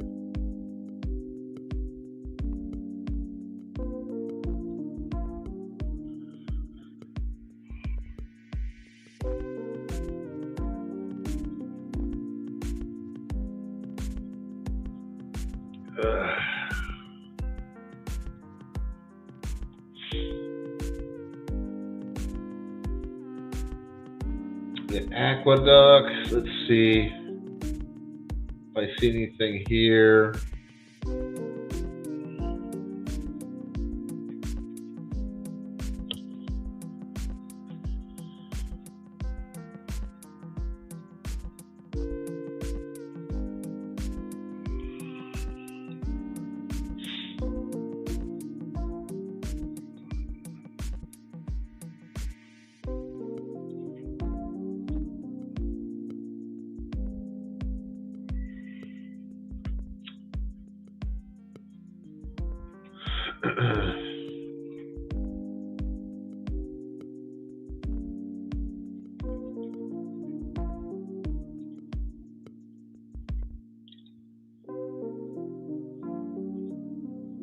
Looks like Churchill will be the next one. I really didn't see anything at Aqueduct. Churchill 3rd. They're off at Delaware. The 7 got absolutely destroyed in the tote. He's down to even money. Wow. Okay. But is like winning by about 5 lengths. Flashing through the stretch. Got a big lead. Didn't really want to run straight, but I think that's because he doesn't like the whip.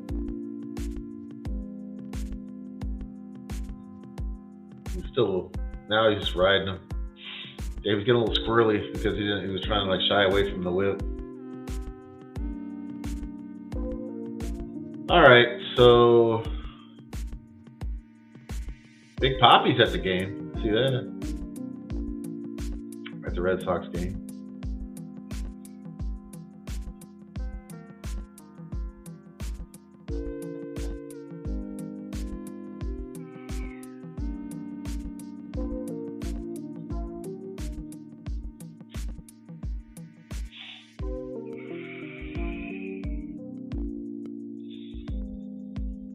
Churchill,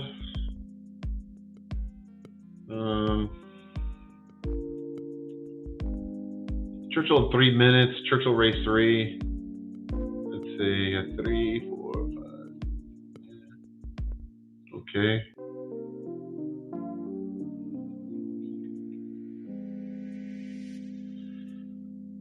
I'm gonna skip Aqueduct. Let's go to Churchill. Small field at Aqueduct, guys. I'll deal with that.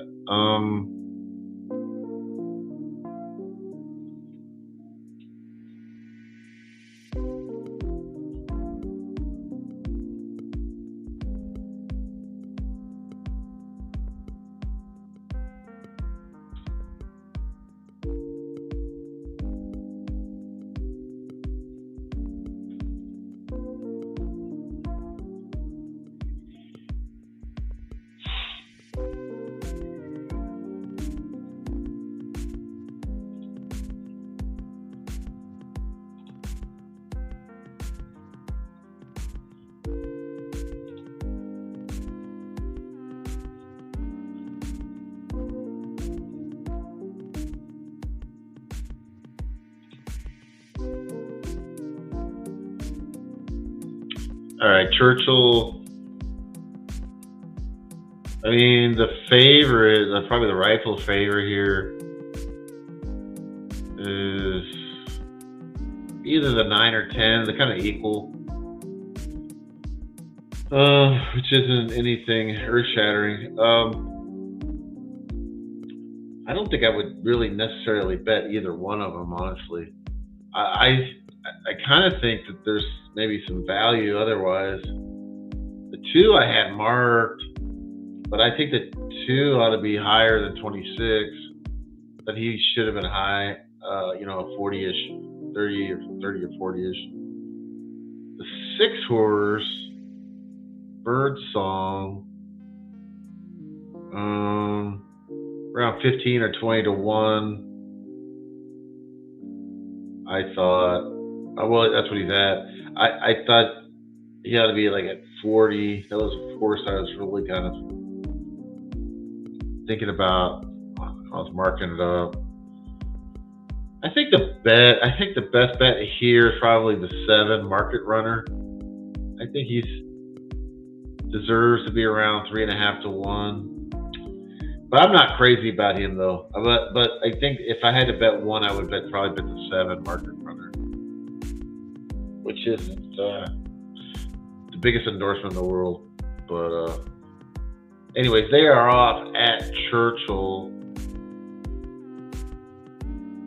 Race 3. It does seem like they're trying to run these races faster, because I think this Foster is on NBC or Peacock later on. So the network has a schedule. So they probably got to catch up, get back on track with their times if they can. And then we got Woodbine, which is actually probably our best track today. If nothing else, the weather. Trying to get kind of caught up with Monmouth, but easier said than done. The 2 Tagermeen is gonna win Churchill. You got 10, 9, 11. So you got the 2 favorites. That's kind of what I was saying. I thought that those 2 horses probably deserved to be the favorite. They come in 1, 2. Yeah, I kind of thought there'd be chalk, and there was chalk. So yeah, thought maybe if I was gonna make one bet, I'd bet on the 7. But I made a small bet, but chalked out. All right, Woodbine, race number 3. Got the 1 horse here, Sweet Bordeaux. Currently 10 to 1. I had a price around 20. So I don't really see the value there. The 2 Tobermory, currently 6 to 1. And this horse priced at 4. So that'd be a play. Tobermory. That's a pretty obvious play. Tobermory. All right, and then the 4 Molly's Corner, currently 11 to 1. This horse priced at 50. Enough said. The 5 horse is the current favorite at 6 to 5. I had this horse priced at even money. So I mean, potentially, I guess there's value there, but I'll leave it be. I'm not chasing these short prices. The 6 horse Willing Guest, currently 6 to 5. I had this horse price at 7 to 1, so I did not see the value there.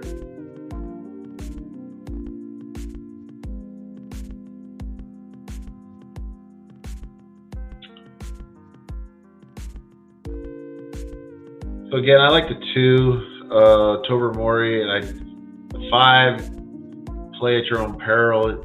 Nothing really wrong with it. The math actually is okay on the 5. It's just that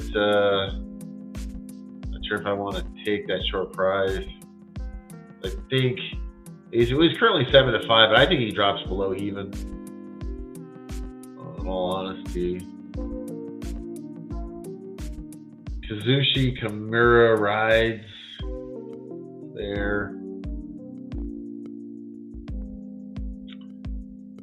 which I think hurts his price. I think he's a good rider, but everybody knows it. Like, I think when he gets on a horse now, he gets bet pretty heavily, especially in north of the border.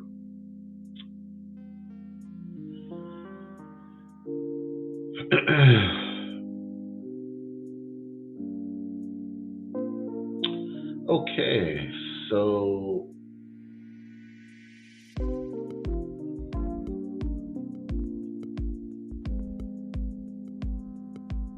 got some of the better races coming up at Monmouth and Aqueduct. I think the show is going to pick up. We get into some of the better looking betting races here.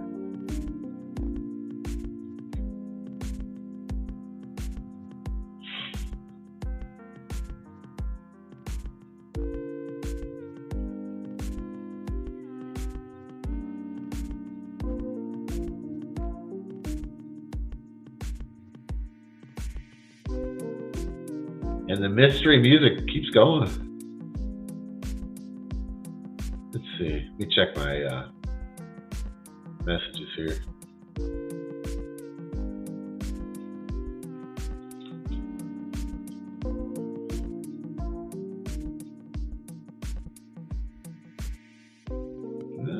No.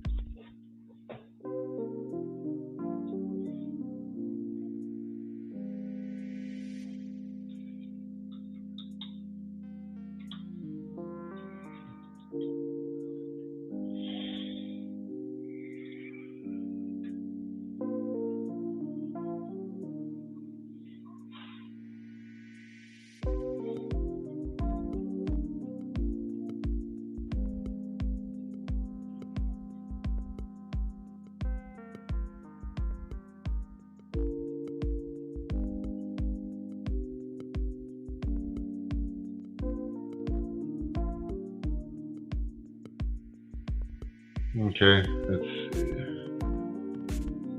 We got Woodbine coming.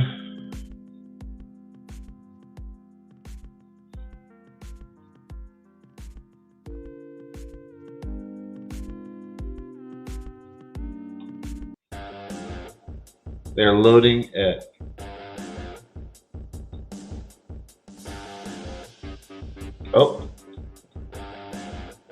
we got different music.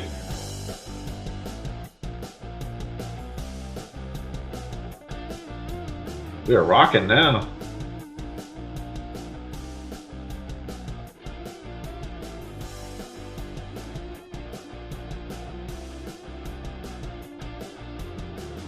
Do you like it? Okay. Do you like this now? Yes. Mystery meat. No. I think that's meat. Or bacon? I'm not sure. Kind of looks like bacon. Can't figure what that. Or mystery sausage. I don't know.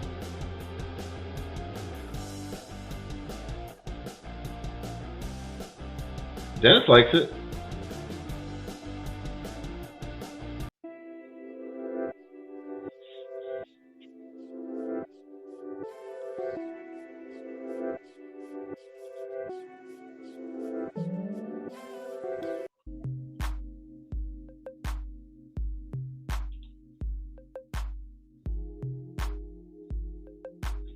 Ooh.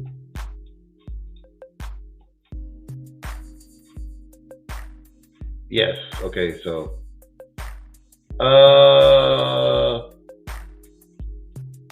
chat. You guys can vote here if you guys want the music. I'm kind of 6 or half dozen on the music. It doesn't matter to me too much. So you guys vote. You want music or not music? It's up to you guys.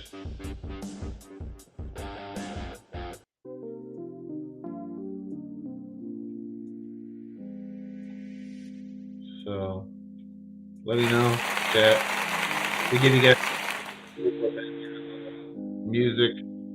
Yes on the music. No on the music.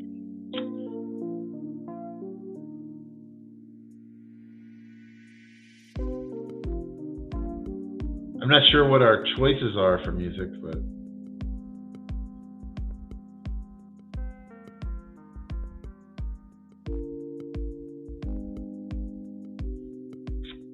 I think the Razor's running the music, so I figured that much out. I saw the private message. I'm a little slow on that. But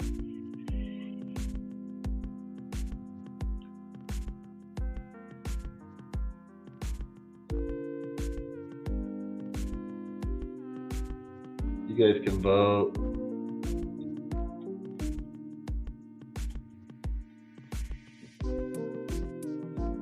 Yeah.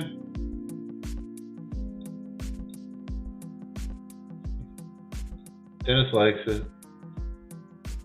Like I said, I'm like 6 or half dozen.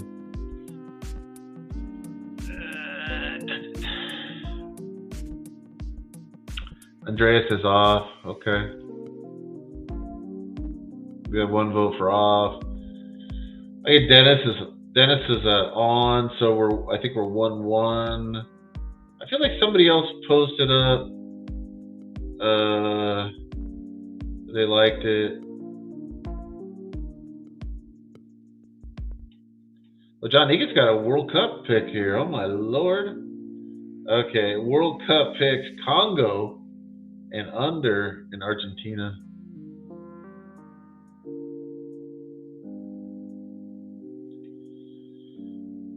The Congo.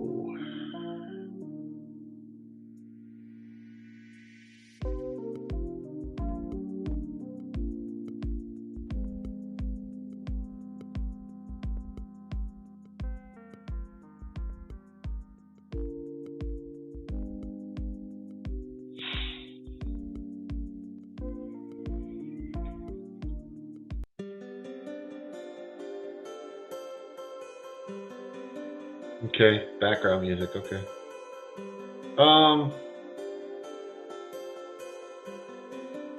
Oh, okay. I see what you're saying. Ah, here we are.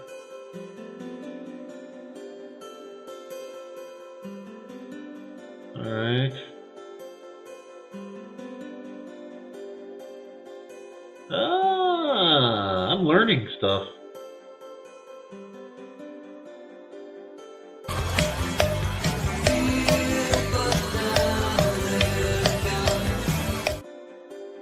There we go.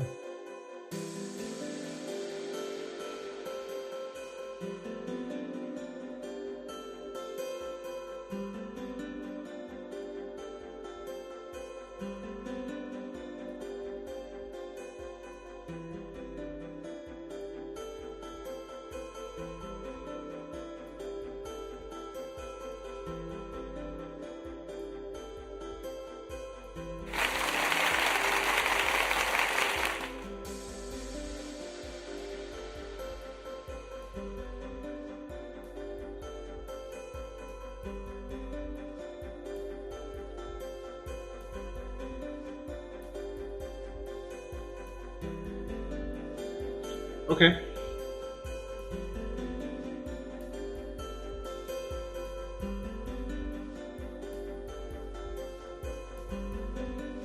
On. Yeah, I love her music. I said on hold music. I think that's the same genre. Oh, Bruce has off. Okay. I think we're.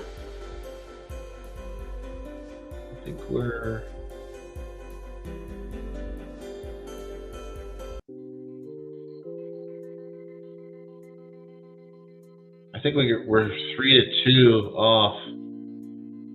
Because I think John is saying off. I'm thinking. I don't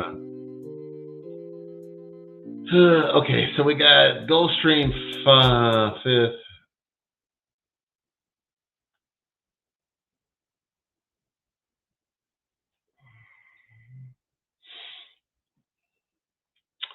Let's take a look. Oh God, three horses? Are you kidding me? Gulfstream? Come on, Gulfstream. You got no excuses. You start out with eight, and that. Oh, this is not even off the turf. What's going on? What's up with Gulfstream? Started with eight horses and down to three on a day you have good weather. Uh, okay. All right, Monmouth, we got seven horse field.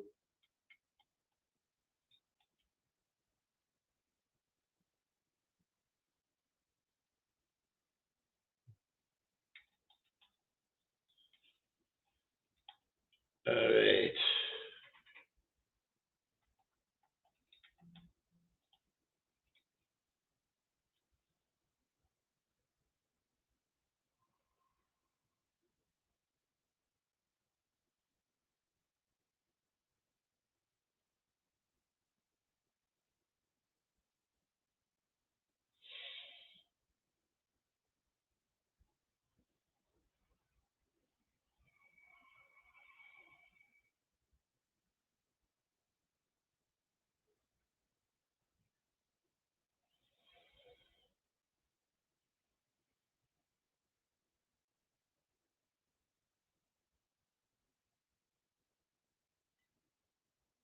All right, Monmouth.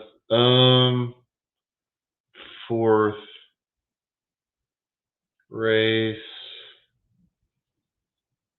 Let's take a look at it. I had some thoughts on this one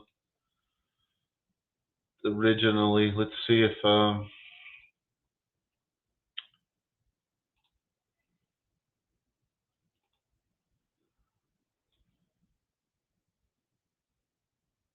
one horse I could see the value for sure. Max's Glory.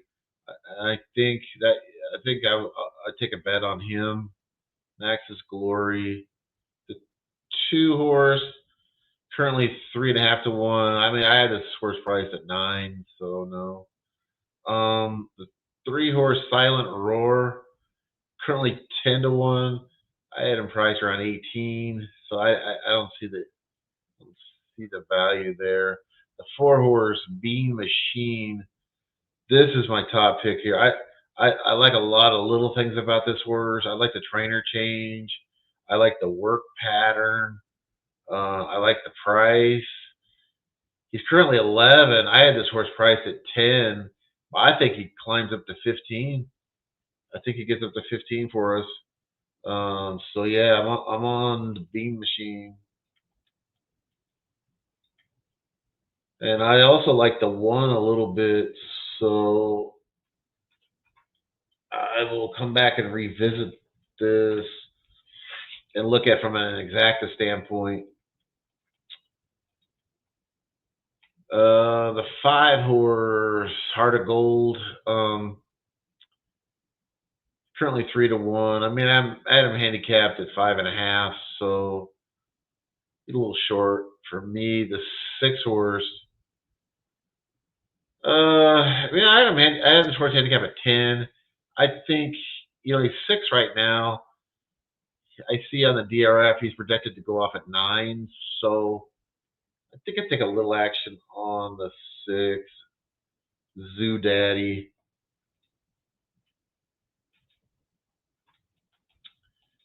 It's kind of close. I mean, and technically it's not a play, but I'll give it the benefit of the doubt. I'll give it a little action. The seven currently 2 to 1. I had this horse capped at priced at 2.5 to 1, so it's kind of close too. But I don't give. I rather give the benefit of the doubt to the higher price horses. So let's go ahead and do exact a key here. Key box.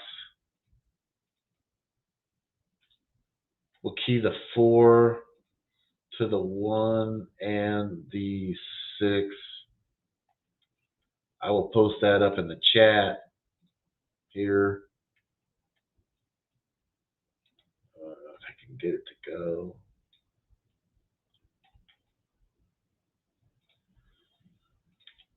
Here we go. Here we go. Here we go.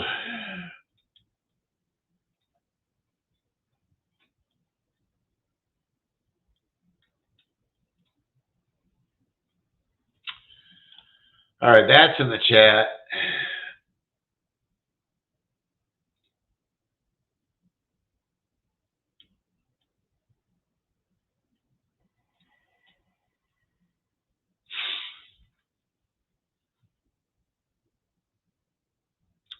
I'm not sure what they're doing here in Monmouth. I guess they're getting close to the gate. They're kind of meandering a little bit.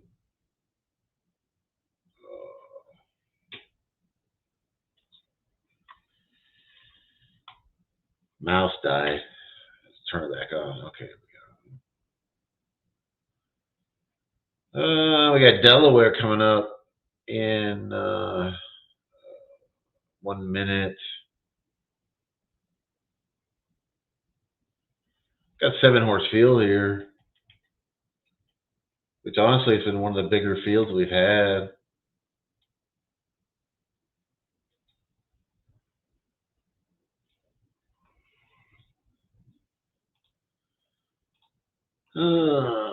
Delaware. Let's go over Delaware real quick. I think we got a minute here at Delaware to figure it out. The 1 horse currently 6-1. I had this horse priced at 50. The 2 horse is currently 8-1. I had him priced at 25. The 3 horse, Galalo, currently 6-1. I had him priced at 20. So none of the first 3 I had even close to what the odds are. I was much higher.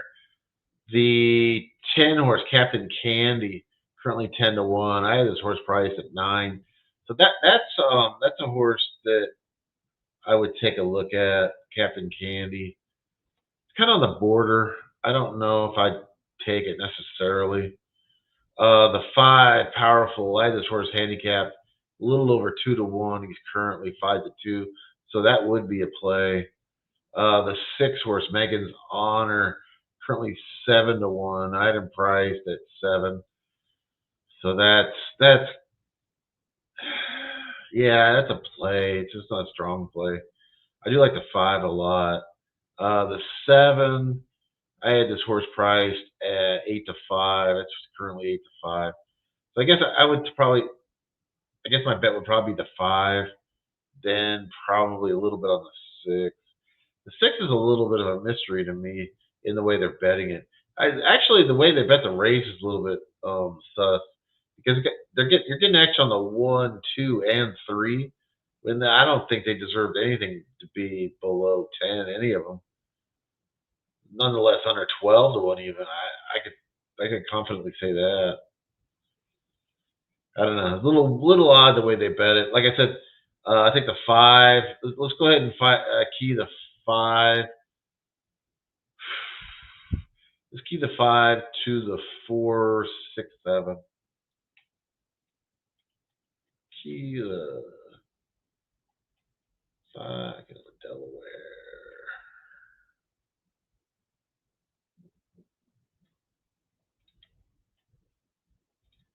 Second. Key the 5 to the 4, 6, 7.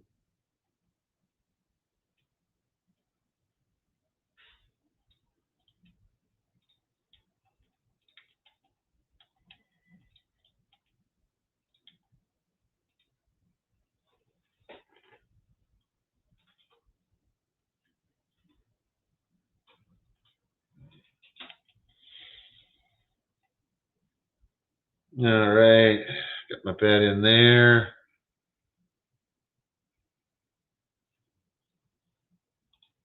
And I missed the race at Monmouth. Look, they're showing the 5, like the 5-1.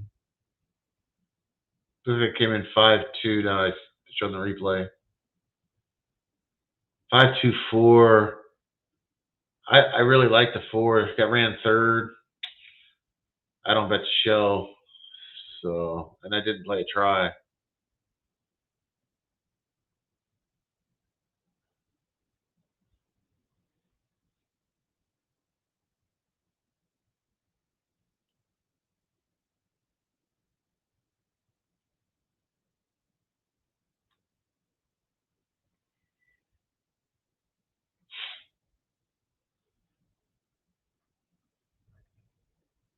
All right, they're loaded at Delaware.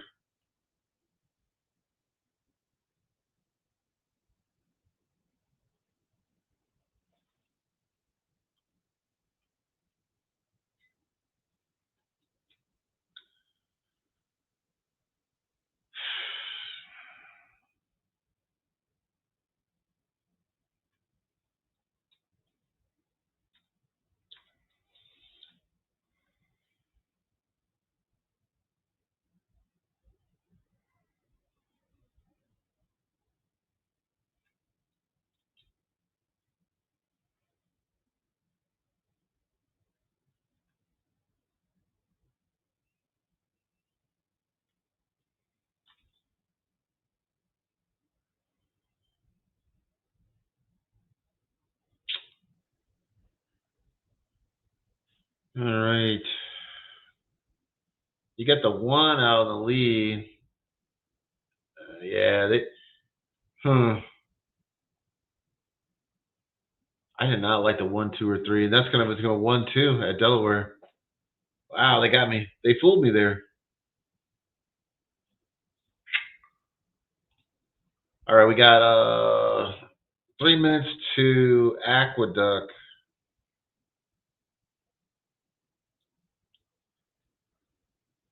Three, four.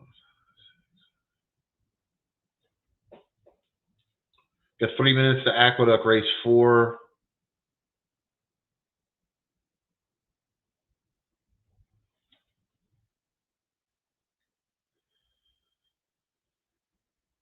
Let's check it out.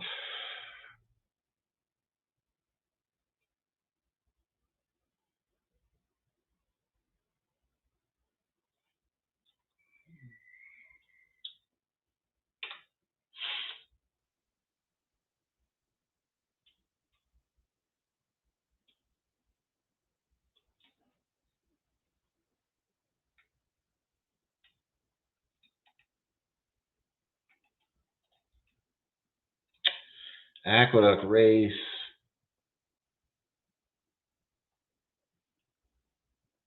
We got Churchill coming up here too, pretty quick. Churchill race 4.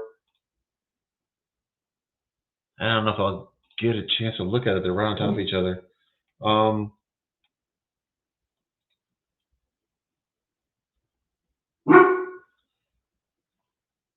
Let's get to the horse I was looking at Aqueduct was the 4. I'm sorry, in the 4th race, number 6, Nushin Wunstein. I don't know how to say that. That was the one that I thought had some value overnight, and kind of agree now. I think there is definitely some value there at a bigger price. Yeah, let's take the 6. I like the speed. I like the work pattern there quite a bit on that Nushin at Aqueduct.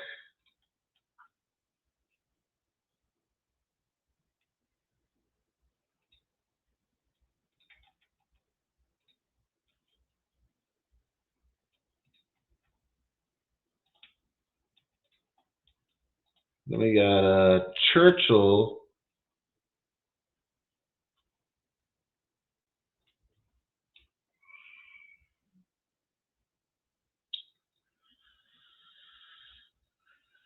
Churchill race 4.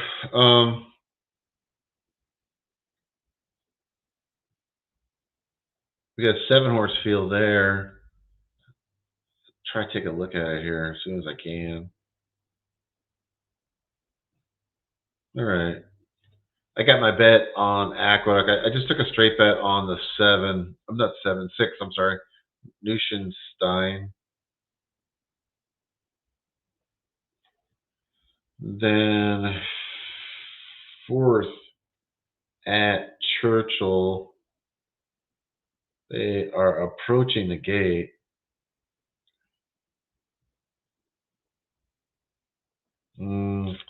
I think I'll take the 2. I mean, I like the razor sharp works there.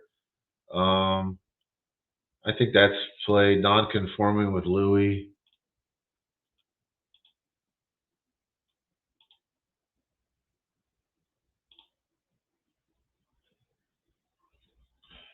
Yeah, that would be the bet.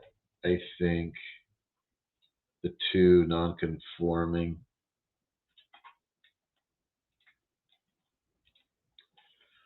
at Churchill, race number 4. I'm sorry I didn't really get to go through the field. Just got them kind of stacked on top of each other. I kind of wanted to take a look at all those both those races, Aqueduct and Churchill. And they're off at Churchill race 4. They're off and running. It's a mile and 16th on the main track, 3-year-olds.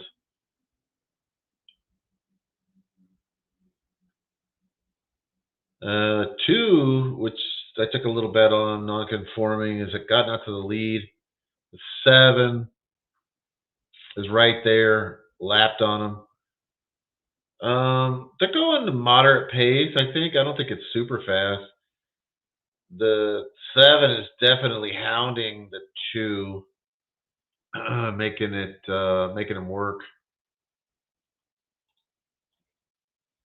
And then you got right behind him, you got the 5 and the 1 kind of sitting there to pounce, I believe, in the next, 10 or 12 seconds here.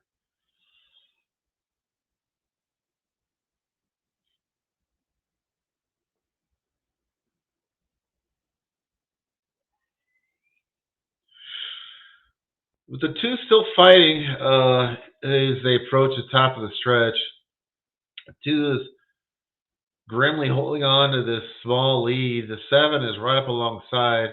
And now we got a new shooter, the 8, coming along. And going to sweep by all of them. The blackout time swept by the 2 and the 7. And the 4 kind of trailed them to get second. So 8-4-2-7.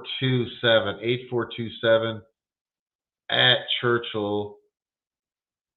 And we are now approaching the gate at the Big A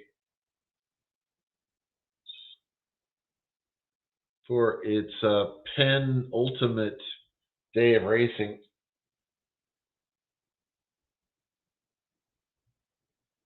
Never went to Aqueduct. Never been there. If you guys been to Aqueduct, let me know.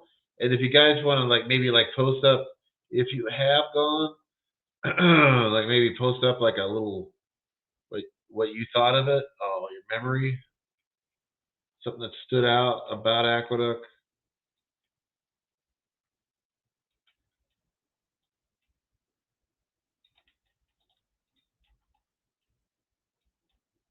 I think it's sad any time an old racetrack closes because there's one thing about racing, there's always stories, and the stories are really wild and interesting. Honestly.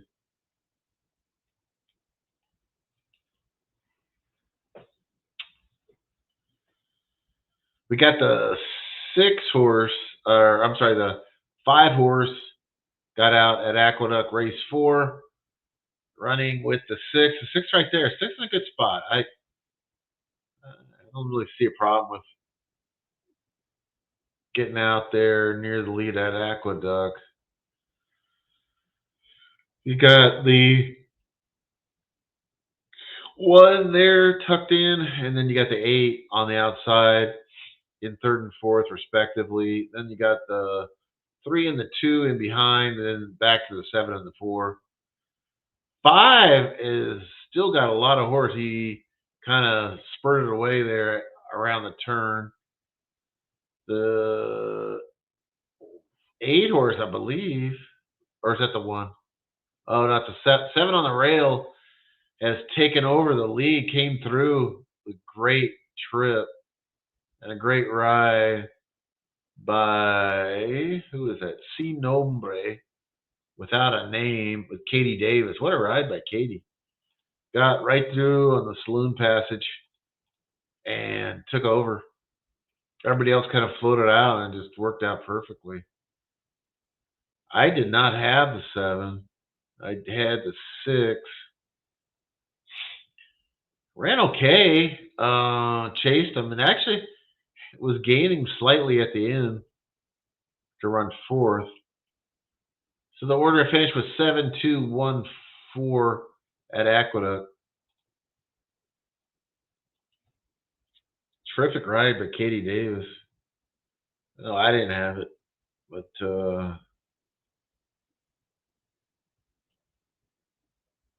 nice, nice ride there.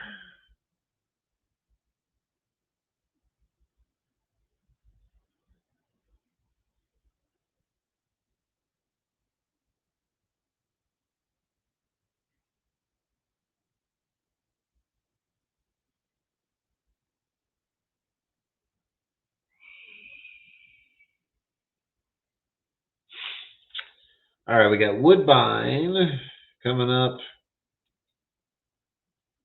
in 4 minutes. I'll go through it here real quick. I didn't come up with anything overnight that I liked about this race. So probably means it's probably looking chalky. Um, Although I think the one's got a shot in here. Chrome plated heart. I mean, I had a price at 5.5 to 1. He's currently 7, so uh, it's all right.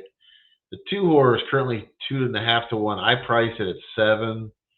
The 3 horse is currently at 5 to 1. I had him priced at 6.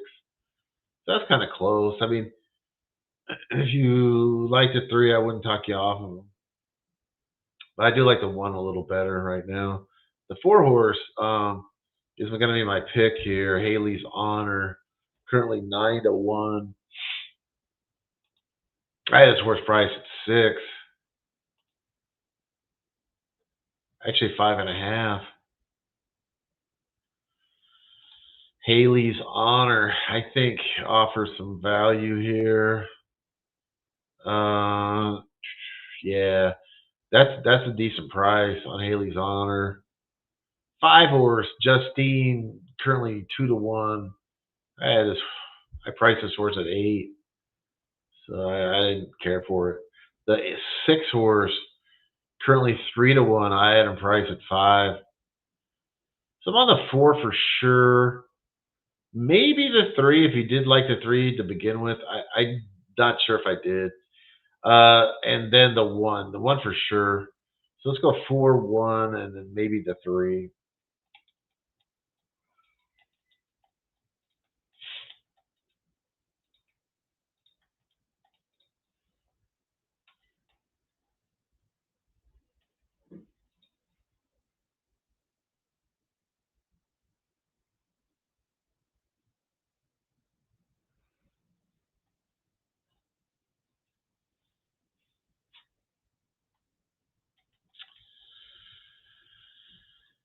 The 4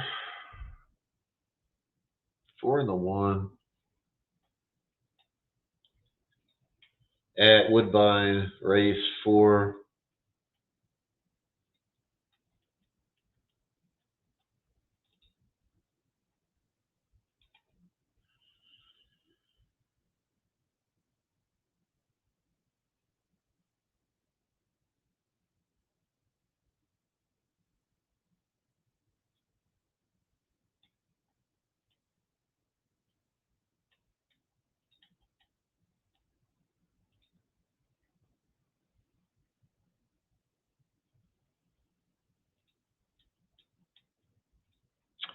I think if I had to pick between the 4 and the 1, I would take the 1. I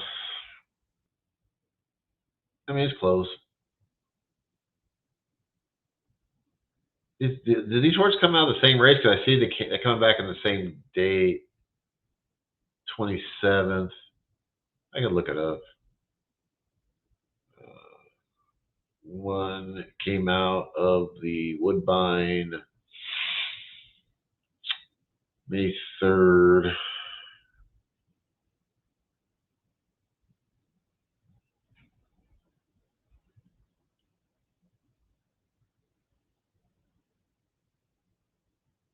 Yeah. I'm not looking in the right place, though.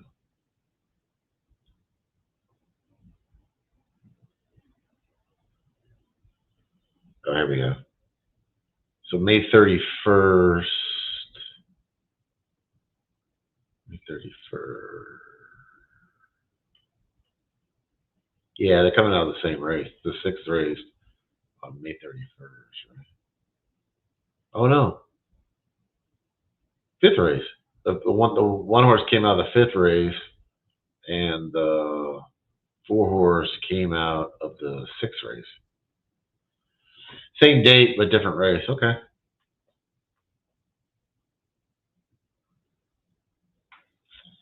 All right, we are off and running at Woodbine. Beautiful day in Toronto. Looks like. I love their turf racing.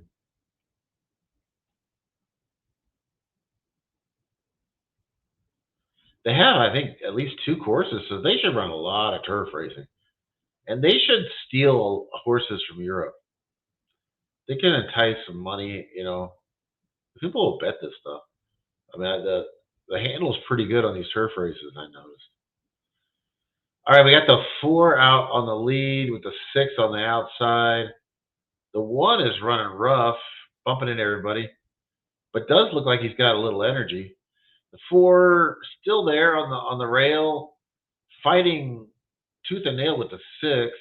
Here comes the two to make a run at the four. Can the four hold on, please? The two's going to get us again. It's going to come in 2-4-1. They run second and third. Hey, caramba. The favorite at 5-2 gets us in a wide open affair. Both the horses got bet down too. They were both like 6 and 8-1. They ended up both at 5. The one and the four.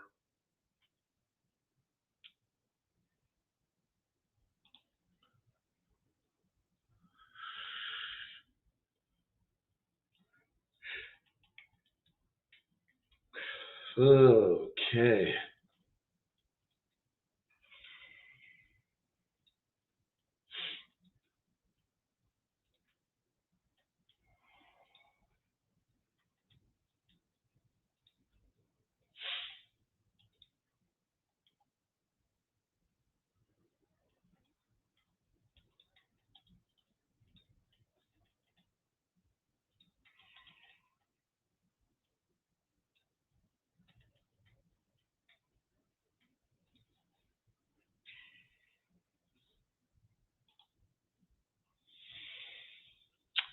Okay.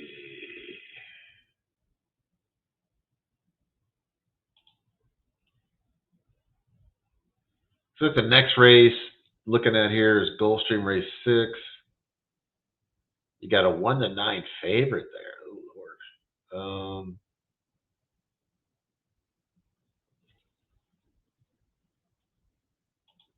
Okay. We'll check it out though. The horse I marked was not that one. The horse I was looking at was the one horse. Oh, hold on. I'm off a race.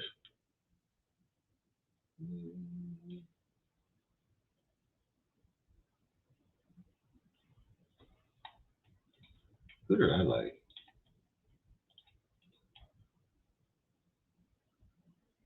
I don't know if I don't think I really had anything marked here at Gulfstream race 6. I'll take a look at it now though.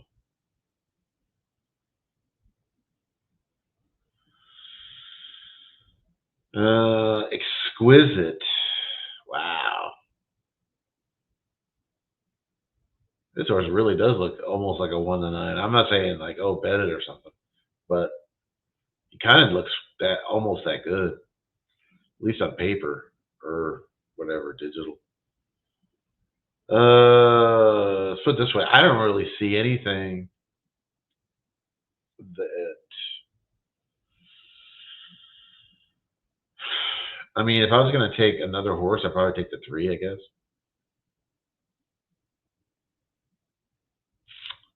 I would probably take the 3. We're We're Lauer.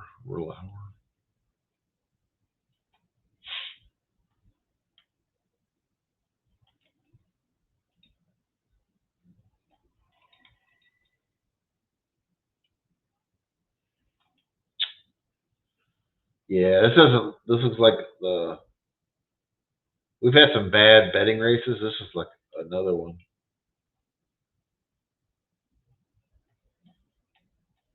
I think I'd skip this one.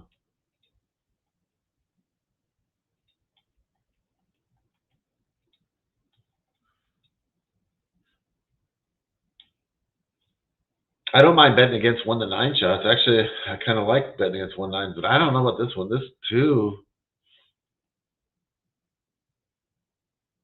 it's really tough. Yeah, we got some bridge jumping going here too.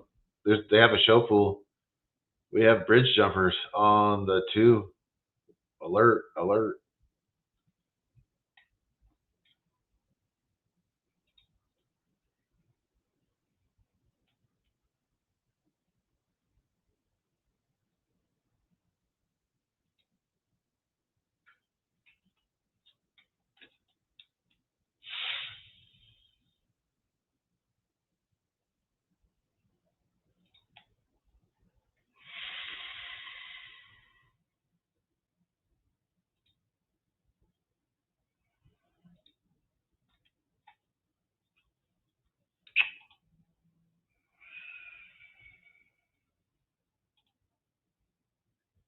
Yeah, I mean, I just thought worth the time. I think we're better off maybe looking at another race. Monmouth. The Monmouth fifth race looks decent from a betting perspective.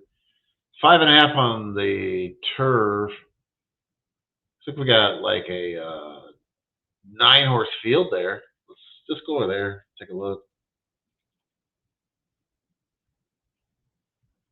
Then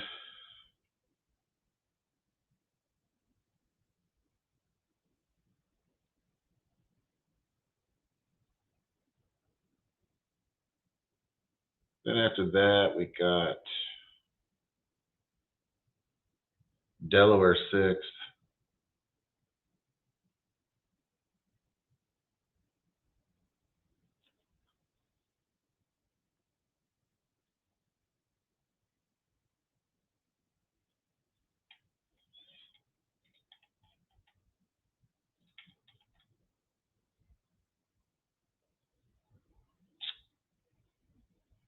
Is Dennis you ever been to Aqueduct? Have you ever been to Aqueduct? I have not.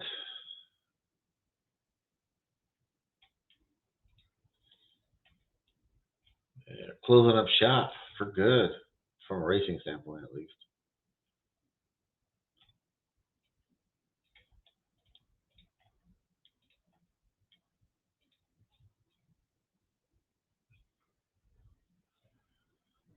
Let's see, we got Monmouth fifth. Let's get that squared away.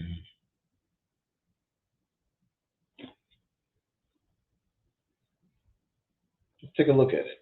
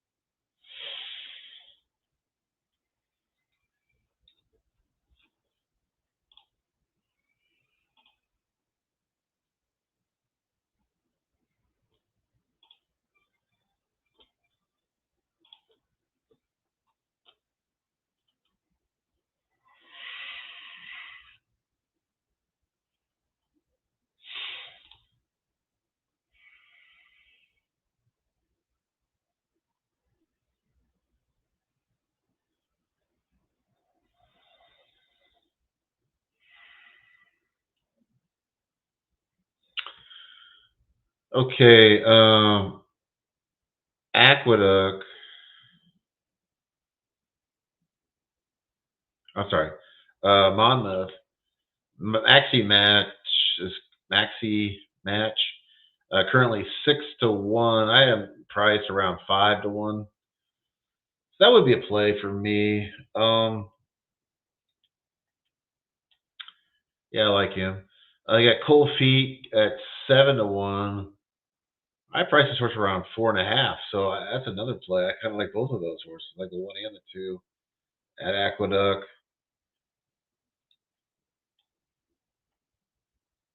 Yeah, come on, computer. Okay. Oh, what? Oh, I see what I did.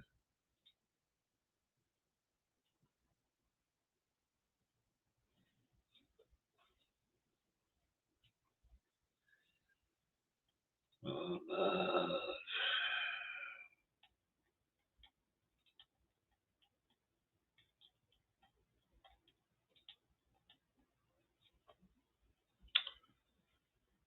okay, yeah. So I like both of one and the two there. I think I wanted to say maybe I like the two a little better than the one.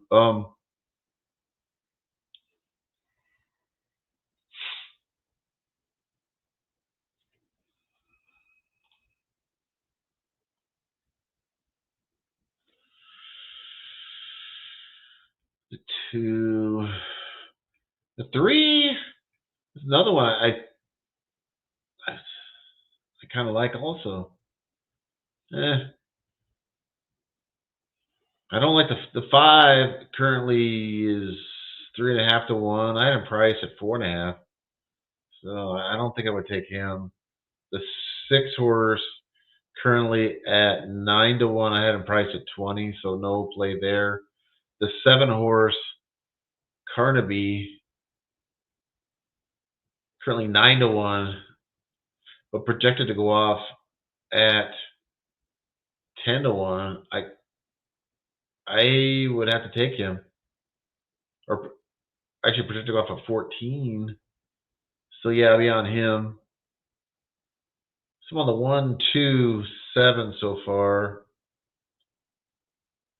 Although the three's on the border, but not. I think doesn't quite make the cut. The eight horse I had no interest at all in. It was terrible. I thought the eight was terrible.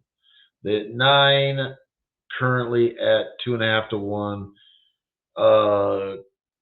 I priced it at 3.5, so I would not play it. The 10 horse currently 8-1. I priced the horse at 40, so no play there. So I guess 1, 2, or actually let's go 2, 1.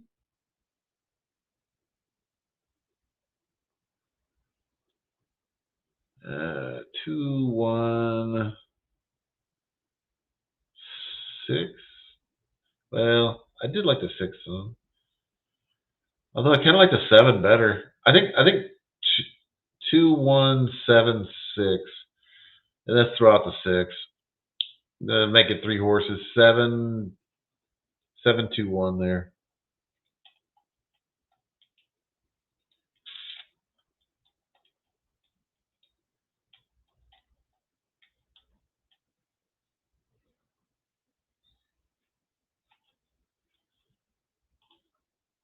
All right. This is kind of a little tough race at Monmouth. As you can tell, I was kind of going back and forth. Um, yeah, this one had some layers to it, I think, at Monmouth. That's a little toughy.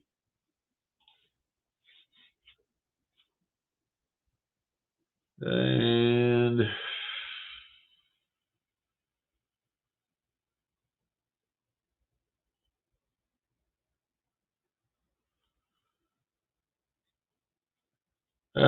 Gulfstream.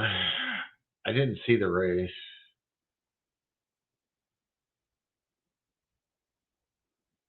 They're showing a replay, but they're just showing. Oh, the 5 one? Street Bell? Okay. That's an upset.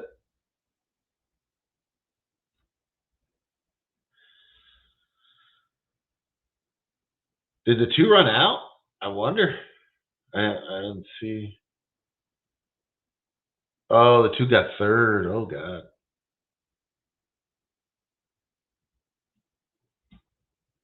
Huh. Yeah. Remember, I said I had 3 if I was going to take one, but I wasn't really a believer in the 3, and certainly not in the 5. I thought it was a race to pass. That's what I thought. That was my conclusion, which turned out to be kind of the best move, really.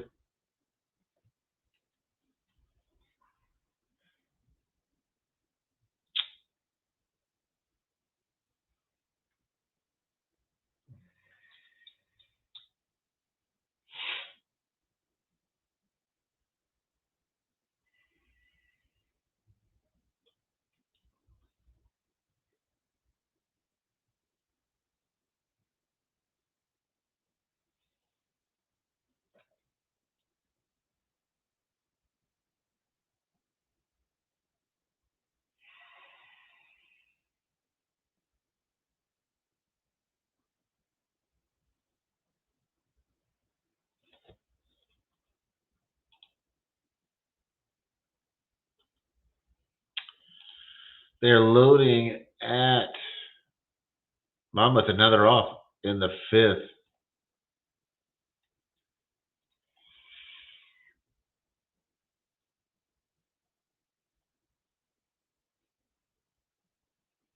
The 2 and the 1 got out, especially the 2.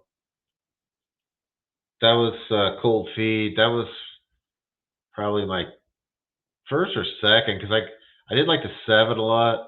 I like the 7, 2, and the 1.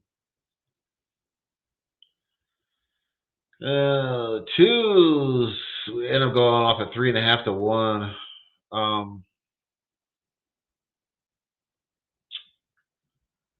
Somebody is moving around the outside here. The 5. He's got momentum, trying to get by the 2. 2's still fighting though. Gonna be down to the wire here. Race 5 and 2, 5 and 2, 2 and 5, 2 5. I think 2-5 at Monmouth. Race 5.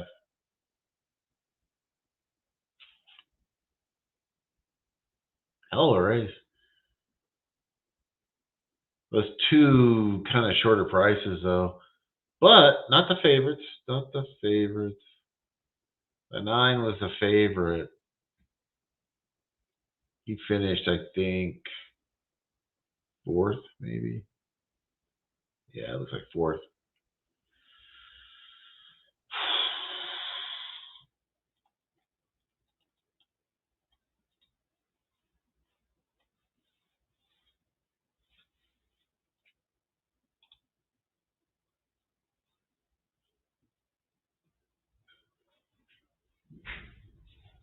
Delaware 6th has a 5-horse field. I think I'll pass on that. Let's go over to Churchill, race 5. So we have 3 minutes there, and let's take a look at it. Churchill, race 5, on, I guess, their second biggest day of the year at Churchill.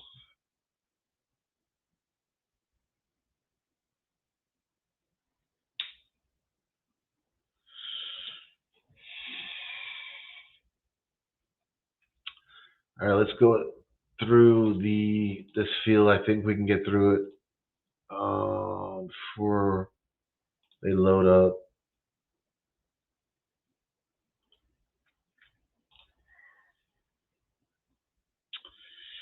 The number 1, Warming, currently 5 to 1. I had him priced at 15 to 1. The 2-horse, currently 16 to 1. I had him priced at 15 to 1, so that would be a play. for me on unmerited favor.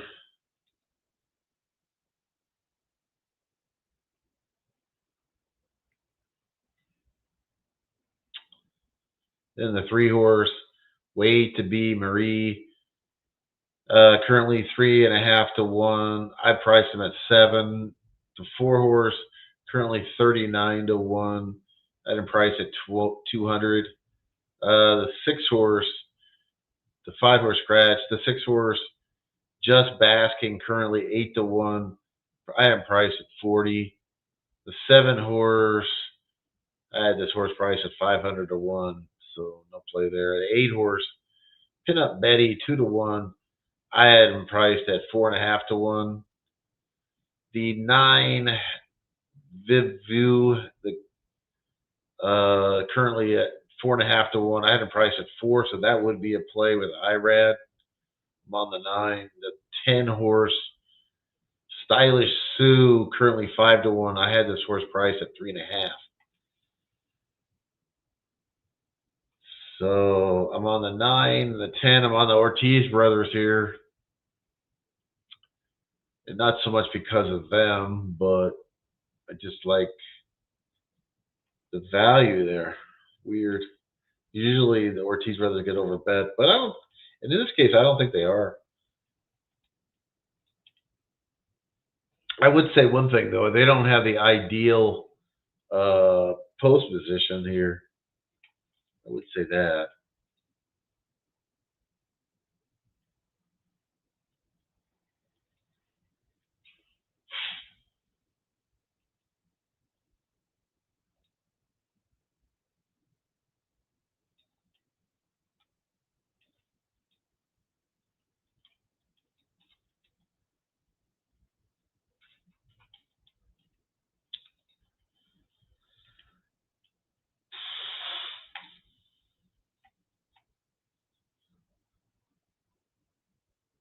Let's go on a mile on 8 on the turf, and I feel like this turf, the way it's soggy, I think it's going to be tiring.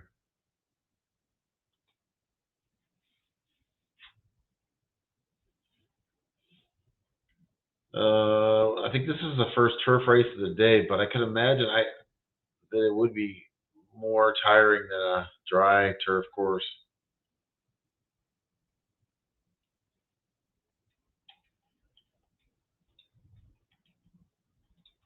My horses kind of fit the bill. Let's see here. I really didn't factor that in until I was just thinking about it now. Yeah, I mean, I think the 9 more so. The 10's got more speed. The 10, I feel like, is going to try to get out and come across. But the 9 with IRAD probably has the racing style that you want. I think that's what I think the crowd or the betting public has kind of seen that on the 1. I think that's why Warming is such a short price because he's going to save ground and try to make a big run at the end. But I feel like that they got onto him and he's such a short price that relatively, I think 5 to 1 on the 1 is too short. I feel. I'd say the 2 might be a better way to go. He's got some late kick. He'd save the ground. I think that may be the way to go. And they are off. Yeah. Okay. The ten got out and got over. We'll see. We'll see if this is truly a really tiring course, turf course.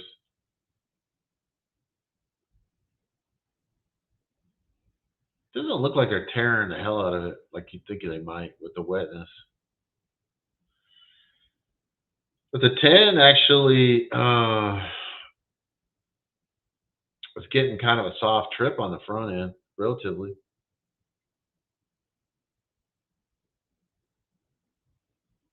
That's not a fast pace, particularly. It's not slow either, but it's not cooking.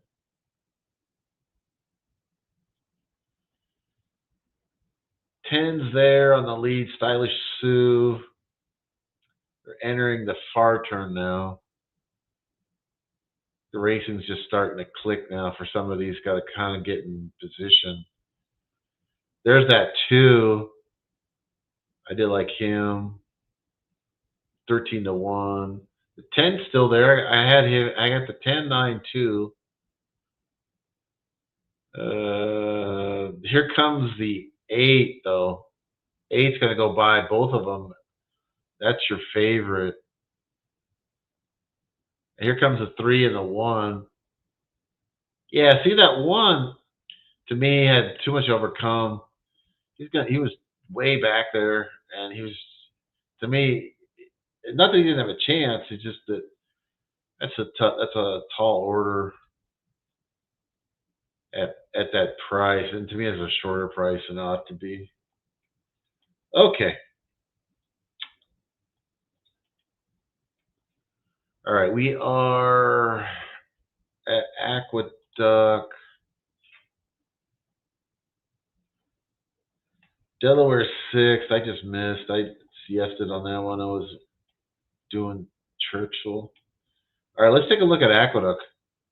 How much time we got? Oh, we got 2 minutes there. Let's try to see if we can find something there.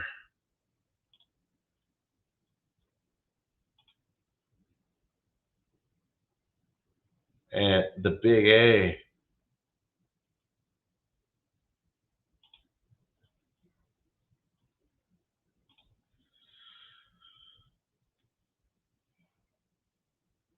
I like this one, Hong Kong Fooey. I can tell you that. I do like that one. Um,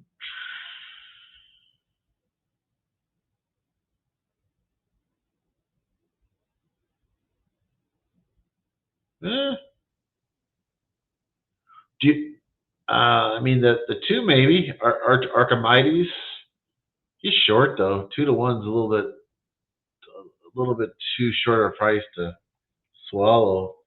But the one I think is a bet for sure here.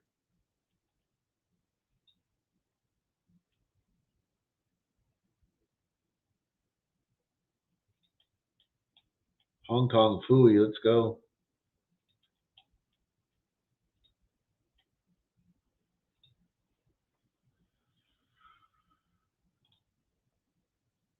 Hong Kong Fooey. Currently 15-1. I had this horse price right around 15, but I see on DRF they're projecting to go off at 24. So hopefully it gets at least a 20 on the one. Got the services of Edgar Zayas. Rudy Rod trains.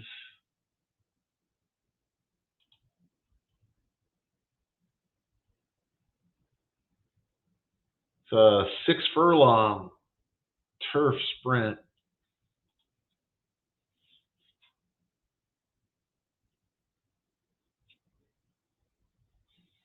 Yeah, Zayas.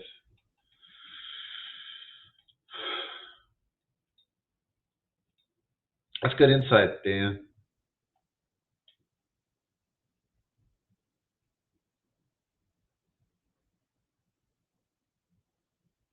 Yeah, way to be Marie. Yeah, I agree. I think I've bet that horse a few times too. Yeah. All right, we are loaded. Well, we're starting to load at Aqueduct.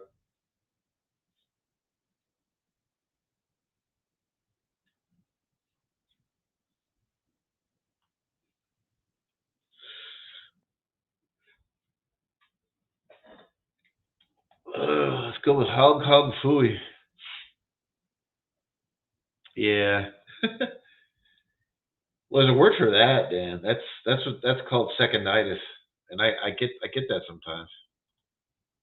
It's tragic, is what it is.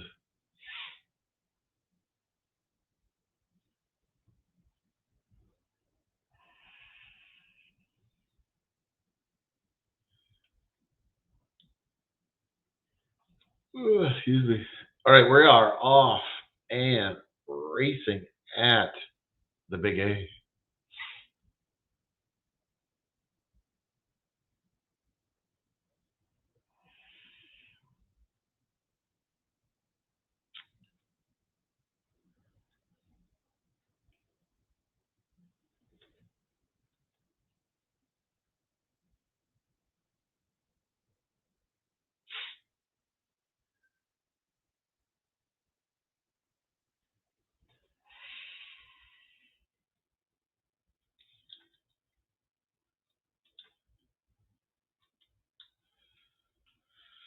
We got Woodbine, race 5 also coming up.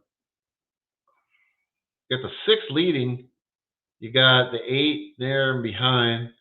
The 1, I don't know. It doesn't seem like he's making much ground at this point. Needs to pick it up. 8's taking over the lead. 1 kind of got in position, then kind of hung. It's like 8-5-6, 8-5-6 at the Big A Aqueduct. Let's get on over to Woodbine race 7.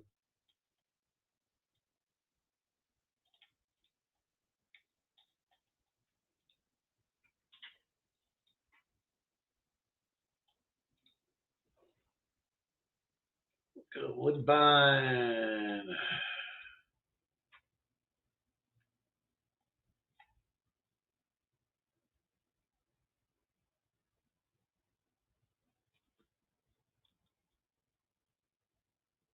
I think I take a little on the 4 here. Beach Breeze.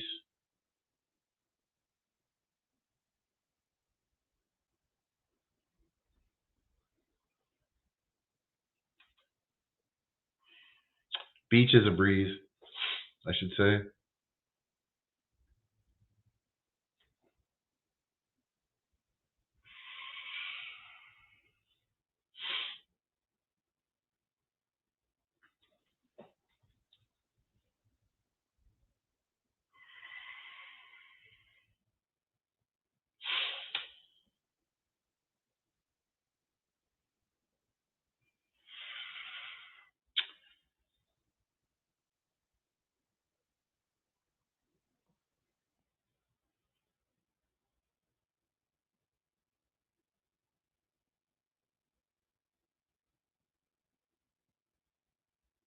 And they're off at Woodbine, race number 5.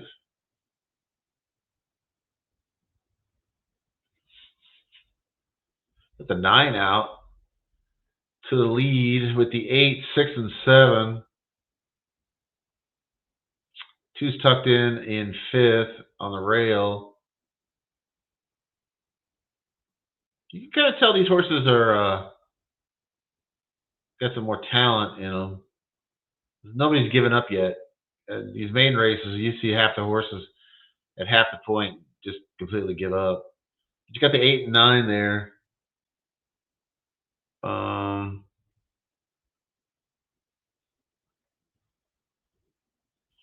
The 8 is shot out to the lead with the 7 chasing. But the 8's going to hold on. It's going to be 8-7. As a way back to third, I didn't see who got third. So 8-7 something.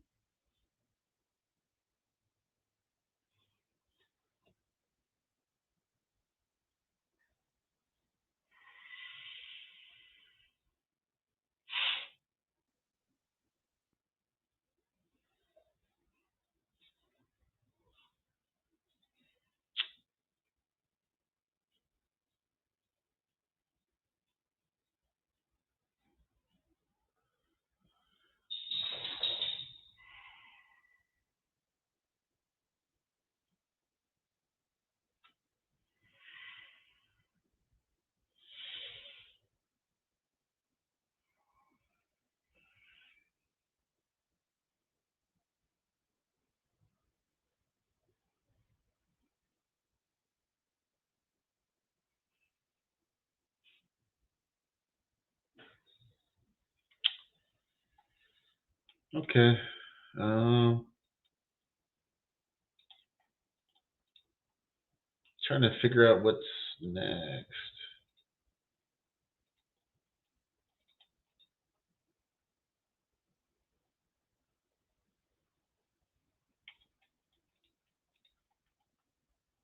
We got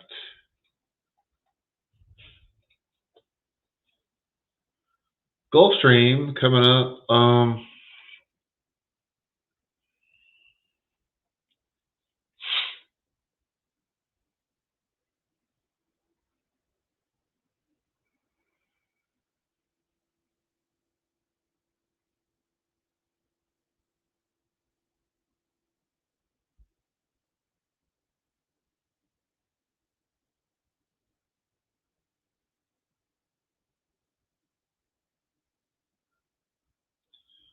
At Gulfstream race 7 in 7 minutes.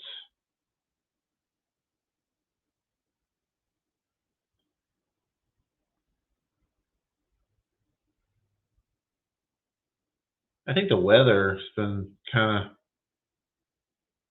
of taking the kind of the fun out of some of these tracks, especially Delaware.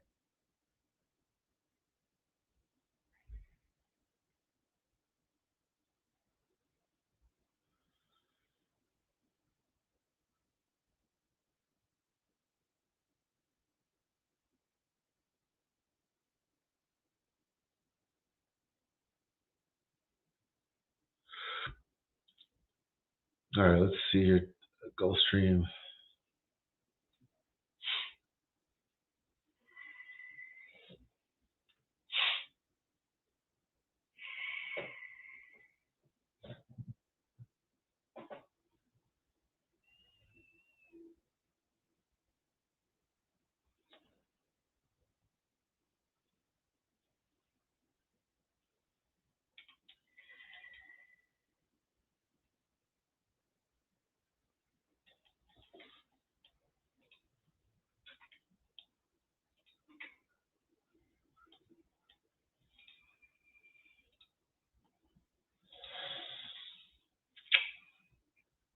I don't know if I've got really anything marked for Gulfstream for this race. Yeah, no, I don't really. But I'll go through it here real quick. There's only 5 horses in the field.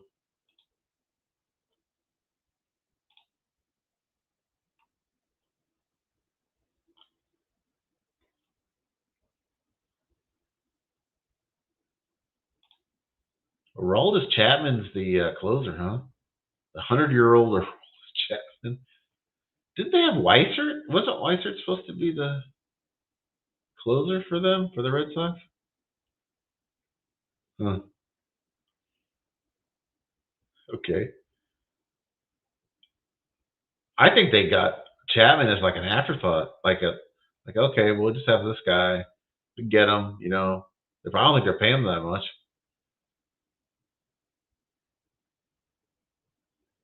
He was like doing setup, or not even setup, like middle relief for Pirates, I think, last year.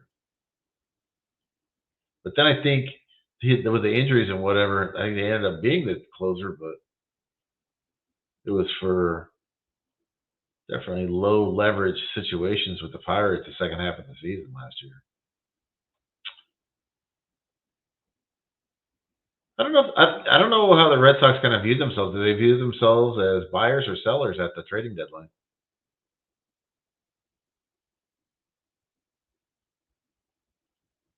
I would say sellers, just because they fired their coach, and so I don't know.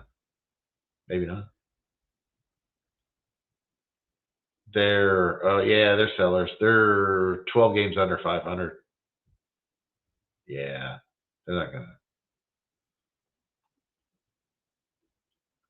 I don't see them making the wild card. Anyways, they're down with like the Angels and shit.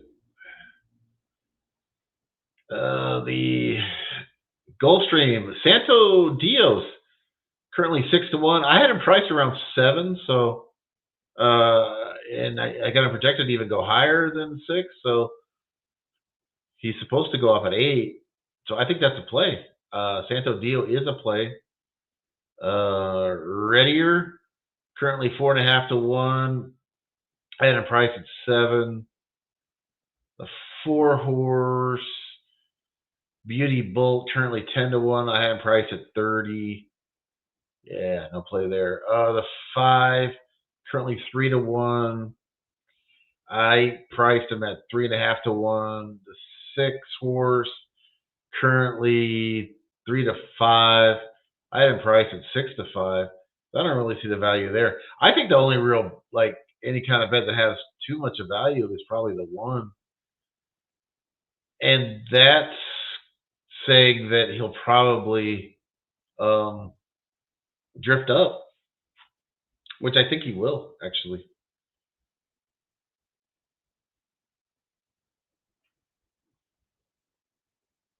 All right. My daughter is sending me puppy videos from her job. Oh, wow. This is the cutest little puppy I've ever seen.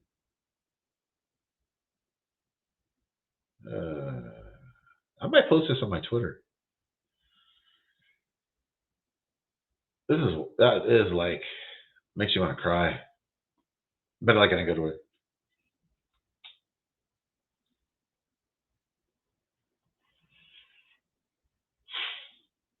I haven't posted anything up on my Twitter in so long, I don't even know how. Let's see.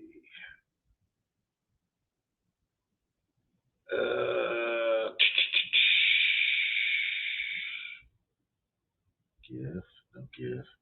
Oh, you know what? I gotta save this first. Oh no.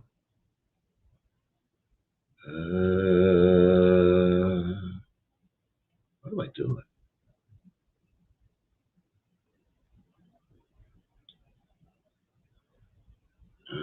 Man, I'm clueless. Let's see. Save, copy. I'll save as. Okay.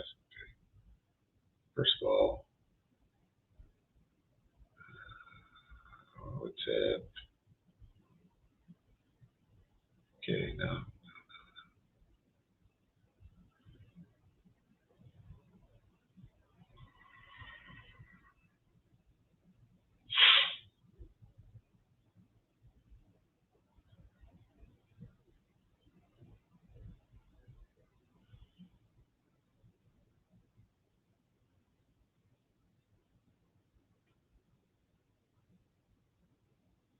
All right, I posted this on my Twitter. If you guys want to see this puppy, if you guys like cute puppy pictures, you'll love this one. Who doesn't though? You know, I think it's there.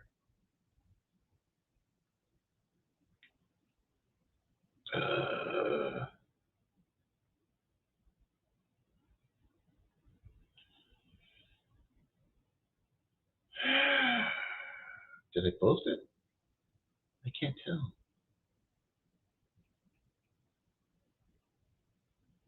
Oh Lord, I don't know.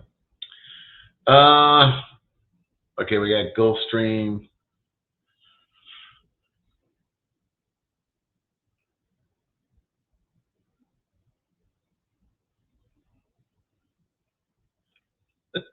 Man, I'm clueless. Okay, here we go. Oh.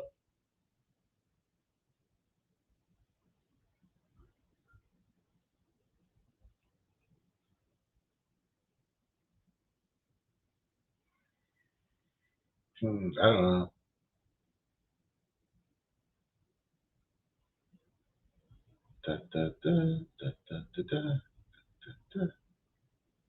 People are going to think I just copied this video, but I didn't. I just took it from my daughter. My daughter sent it to me at her work.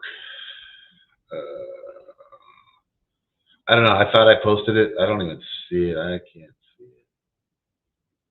Man, I'm awful at Twitter.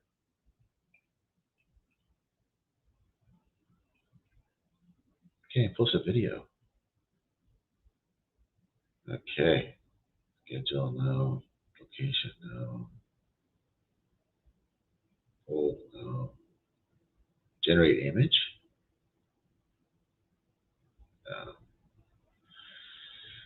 I don't know.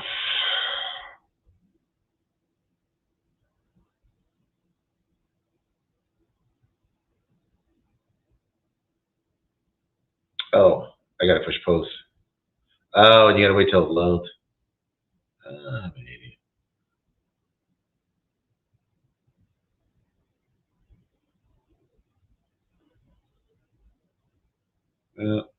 And then it doesn't want me to post. All right, they're loading at Gulfstream, and the Red Sox win, so that's good.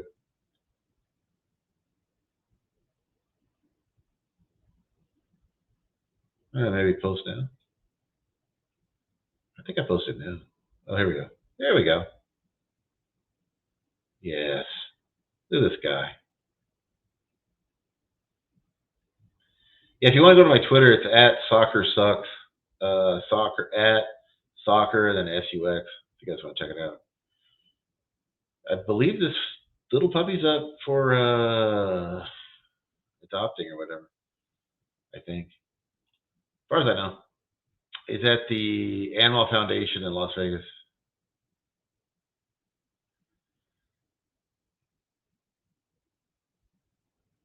That's the cutest thing I've seen in a while. All right, they are off at Gulfstream. Let's take a look at Monmouth. Not a big field.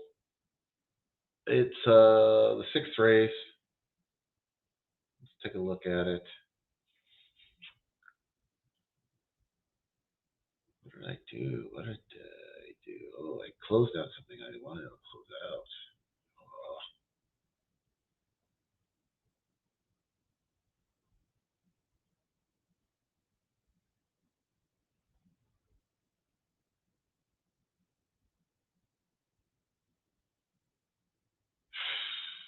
Okay, Monmouth.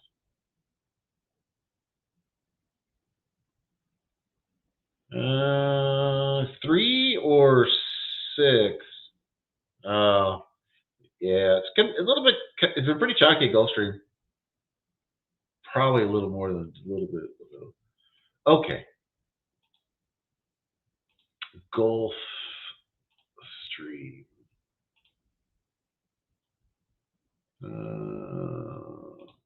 Monmouth. Sorry, Monmouth.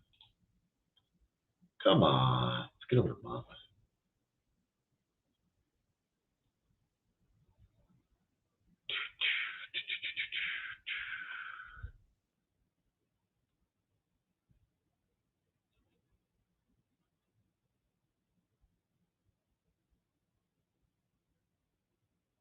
Redacted. Yeah, that was. He's a chalk. Well, he's 5-2, but he looks tough in here. I'm not saying like bet him, but I think if you had to bet the race, I think that's what. If it was like a mandatory or something like that, I think that's what you take. Redacted. All right, what else we got going? Then we got Churchill race 6. Ooh, this looks like a good one. This is like an excellent betting race.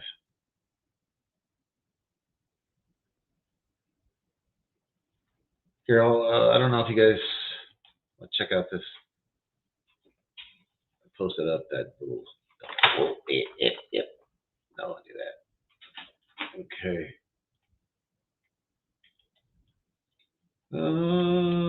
Okay. We're good. We're good.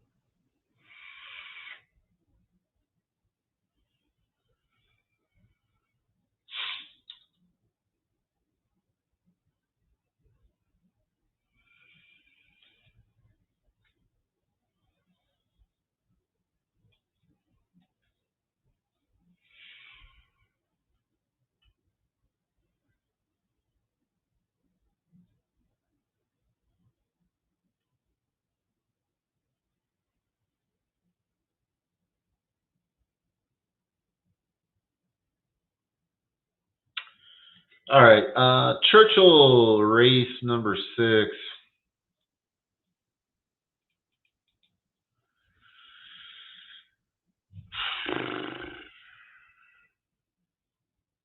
Kind of wanted to watch the Monmouth race, but oh, we're right.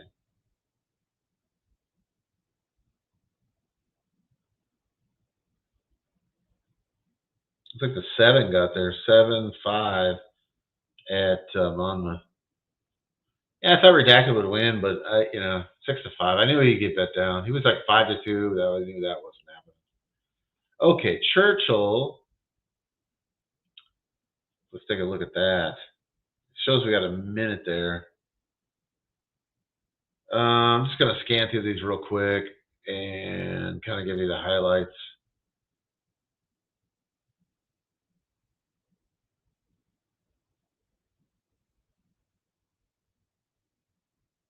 I like the 5, Kalahari Dreams.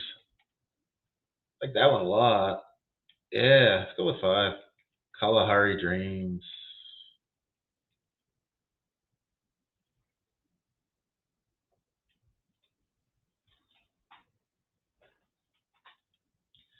Louis Saez.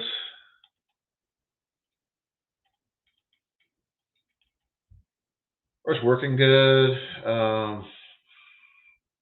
It's got pretty good pedigree also. This horse on the improve.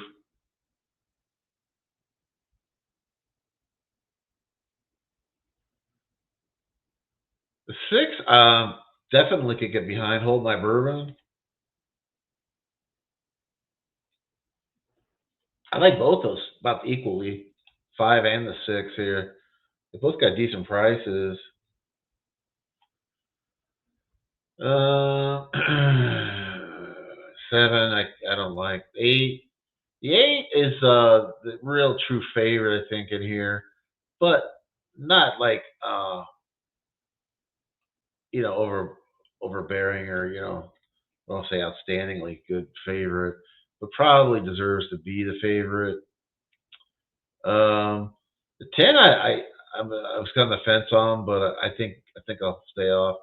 The 11 is in another one I like. I think I'll put in my exacta. And then I think I like the Sport Sam a little bit. Bomber on the outside. So definitely 5, 6, 12 in there for sure. And I think I would throw in the 11. So 5, 6, 12, 11.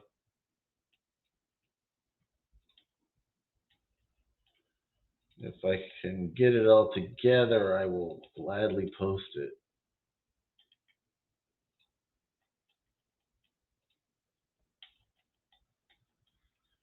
Let's see.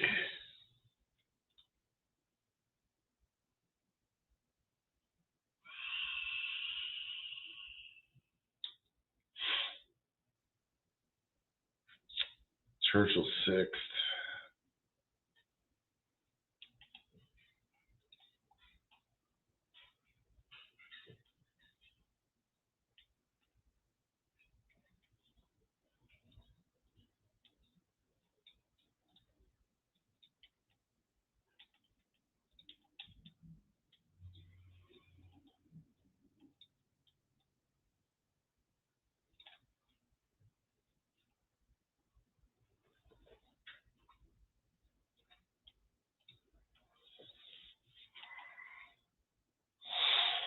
And they are off.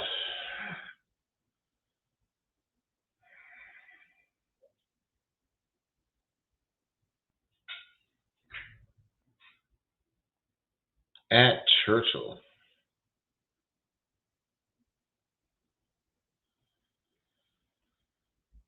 All right.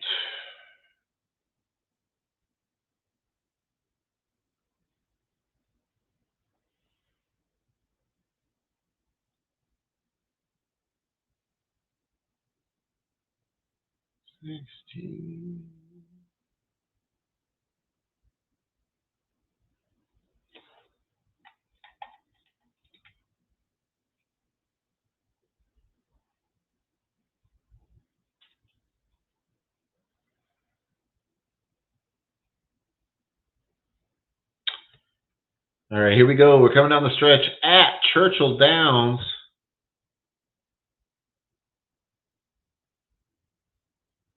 We got the 9 there. 6 was there. Here comes the 8. Bring the smoke.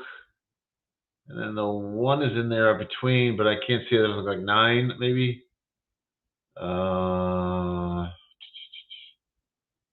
That's 8. 8 1. 819 or 891, somewhere like that. Dang, well, I go over there. The wall of horses right at the end. I got the.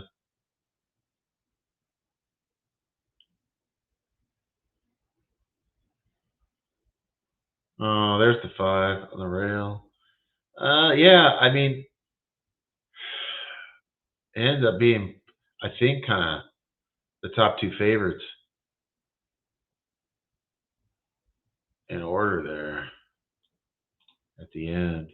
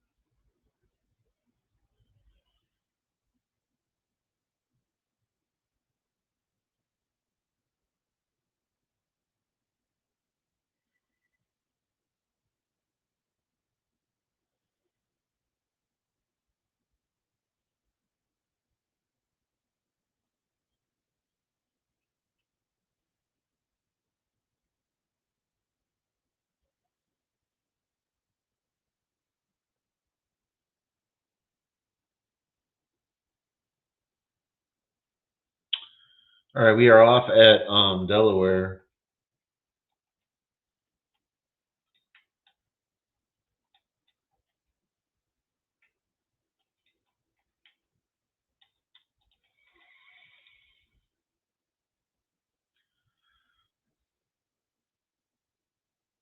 I was thinking about taking the 4 there, but he's 2 to 5, so I think I saw that too. That's a tough beat at Churchill, though. I was watching the race. We were right there. A couple of our horses. Big prices. We're just kind of getting chalked out at the end. Let's look at Aqueduct. Aqueduct race 6.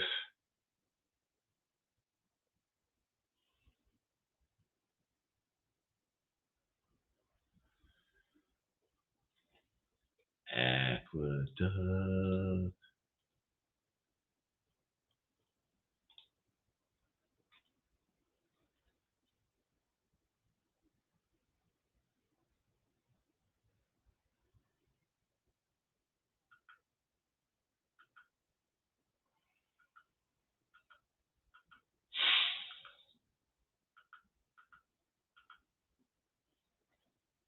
Okay.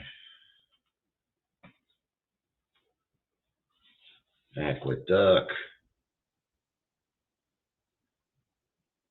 So I really only had like one horse in this race at Aqueduct that I was really concerned about, or not concerned, the right word, that I wanted to make sure that I got the price on.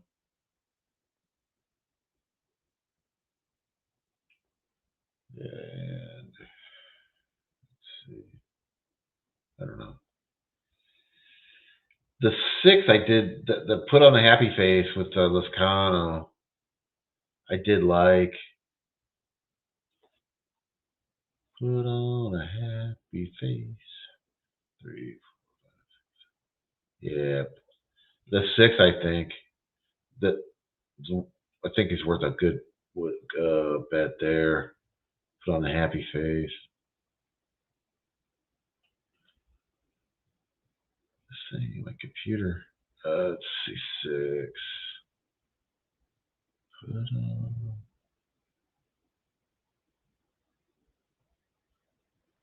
Yeah, I think the 6 put on the happy face is got a great shot in here. I mean, he's currently 6-1. I had a price at 4, so I'll take that.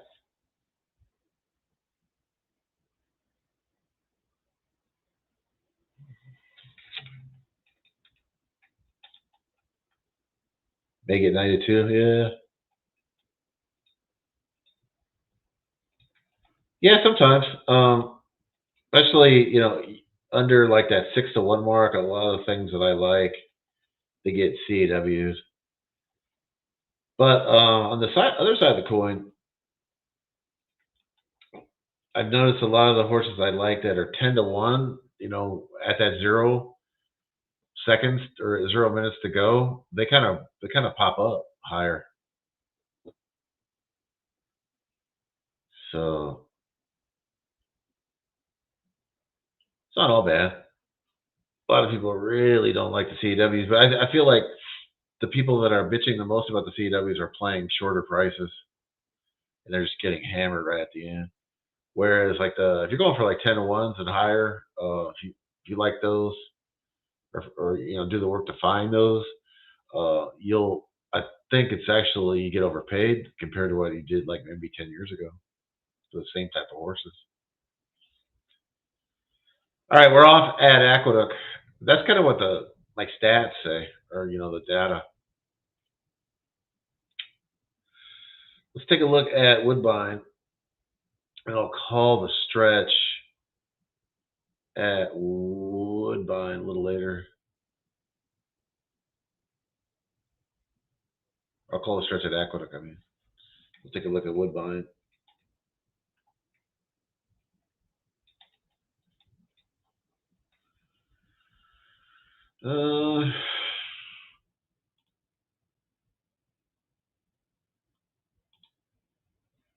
We didn't even take a break today. It's been busy. It's been steady.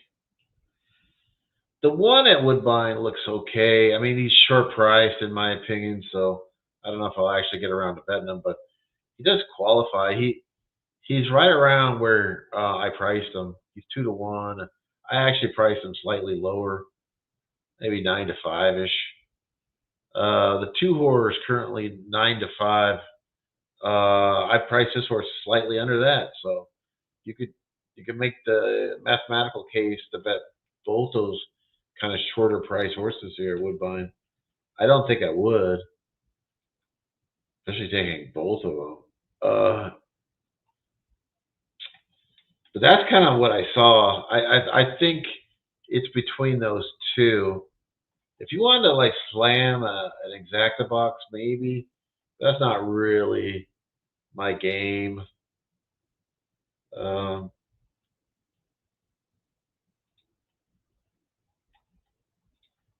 the one and the two.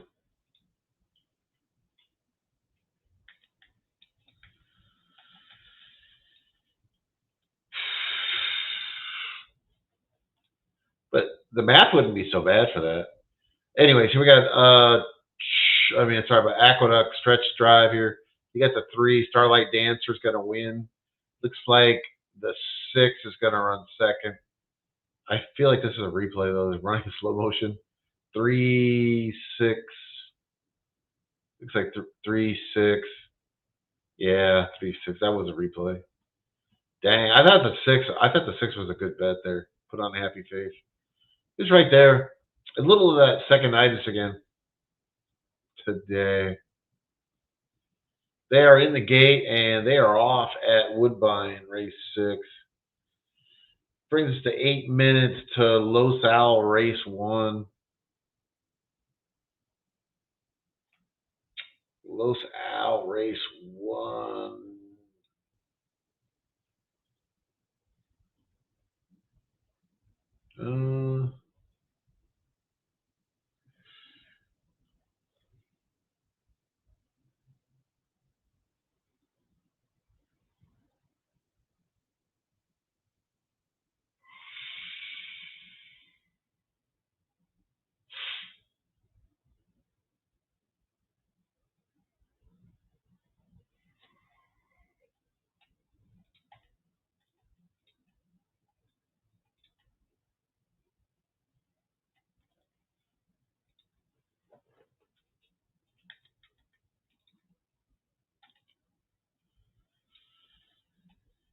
All right, they're running at Woodbine. I passed the race. Like I said, if you're going to play one thing, I think maybe play a 1-2 box. Those are the two chalks, though. Yeah, I'm not doing that. That seems like kind of like not a cinch, but like kind of square to me. One of the two, but they are running 1-2 down the stretch. The five look like he might get up and get second though. Five is going to get up, get second. Well, he's going to try to win it. Two is leading still. Five is going to get him right on the wire at 18-1. Wow. Okay. I'm a little surprised he ran that well. We got Los Alamitos coming up here. We got Gulfstream 8 right behind that.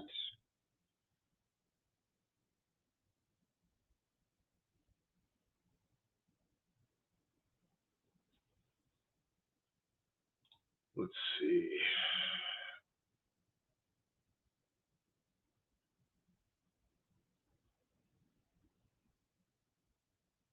Okay. Let's see. Monmouth. All right. I think we're okay. I'll go through this race. I think this is gonna be my last race. At Los Al. Let's go ahead and do the first at Los Al. Go through these ones. The one horse, Blessed Angel, with Edgar Payeras, currently 4.5-1. I thought that's kind of was right around there. I think if I put a price and I would put a 5. I didn't do a lot of Los Al handicapping. The 2 is 2.5-1. I had him priced at 4.5, so I wouldn't take that. The 3 horse, 4.5-1. My price was 9, so I wouldn't take that either. The 4, Tis the Prospect, currently 14-1. I had price at 30, so not a play there. The 5 is 2.5-1. I had a price right at 2.5-1. Neeser Dalton. So I think you, if you're going to play a horse in here, I think you play that one. Then the 6, Elton plays another, currently 5-1. I had this horse price at 4. Yeah, I think that's that might be actually the better play here. Then the 7, I am priced at 20. I think this horse goes above 20, so that's a price there. So I think I would go 5, 6, 7. The outside horses here, 5, 6, 7, and then do it like an exacta box. I'll post the exacta up in the chat. 5, 6, 7.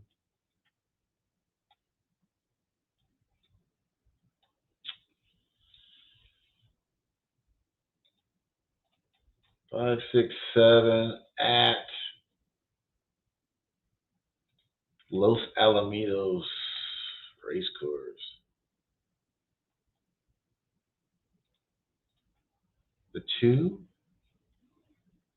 Yeah, he got hammered though.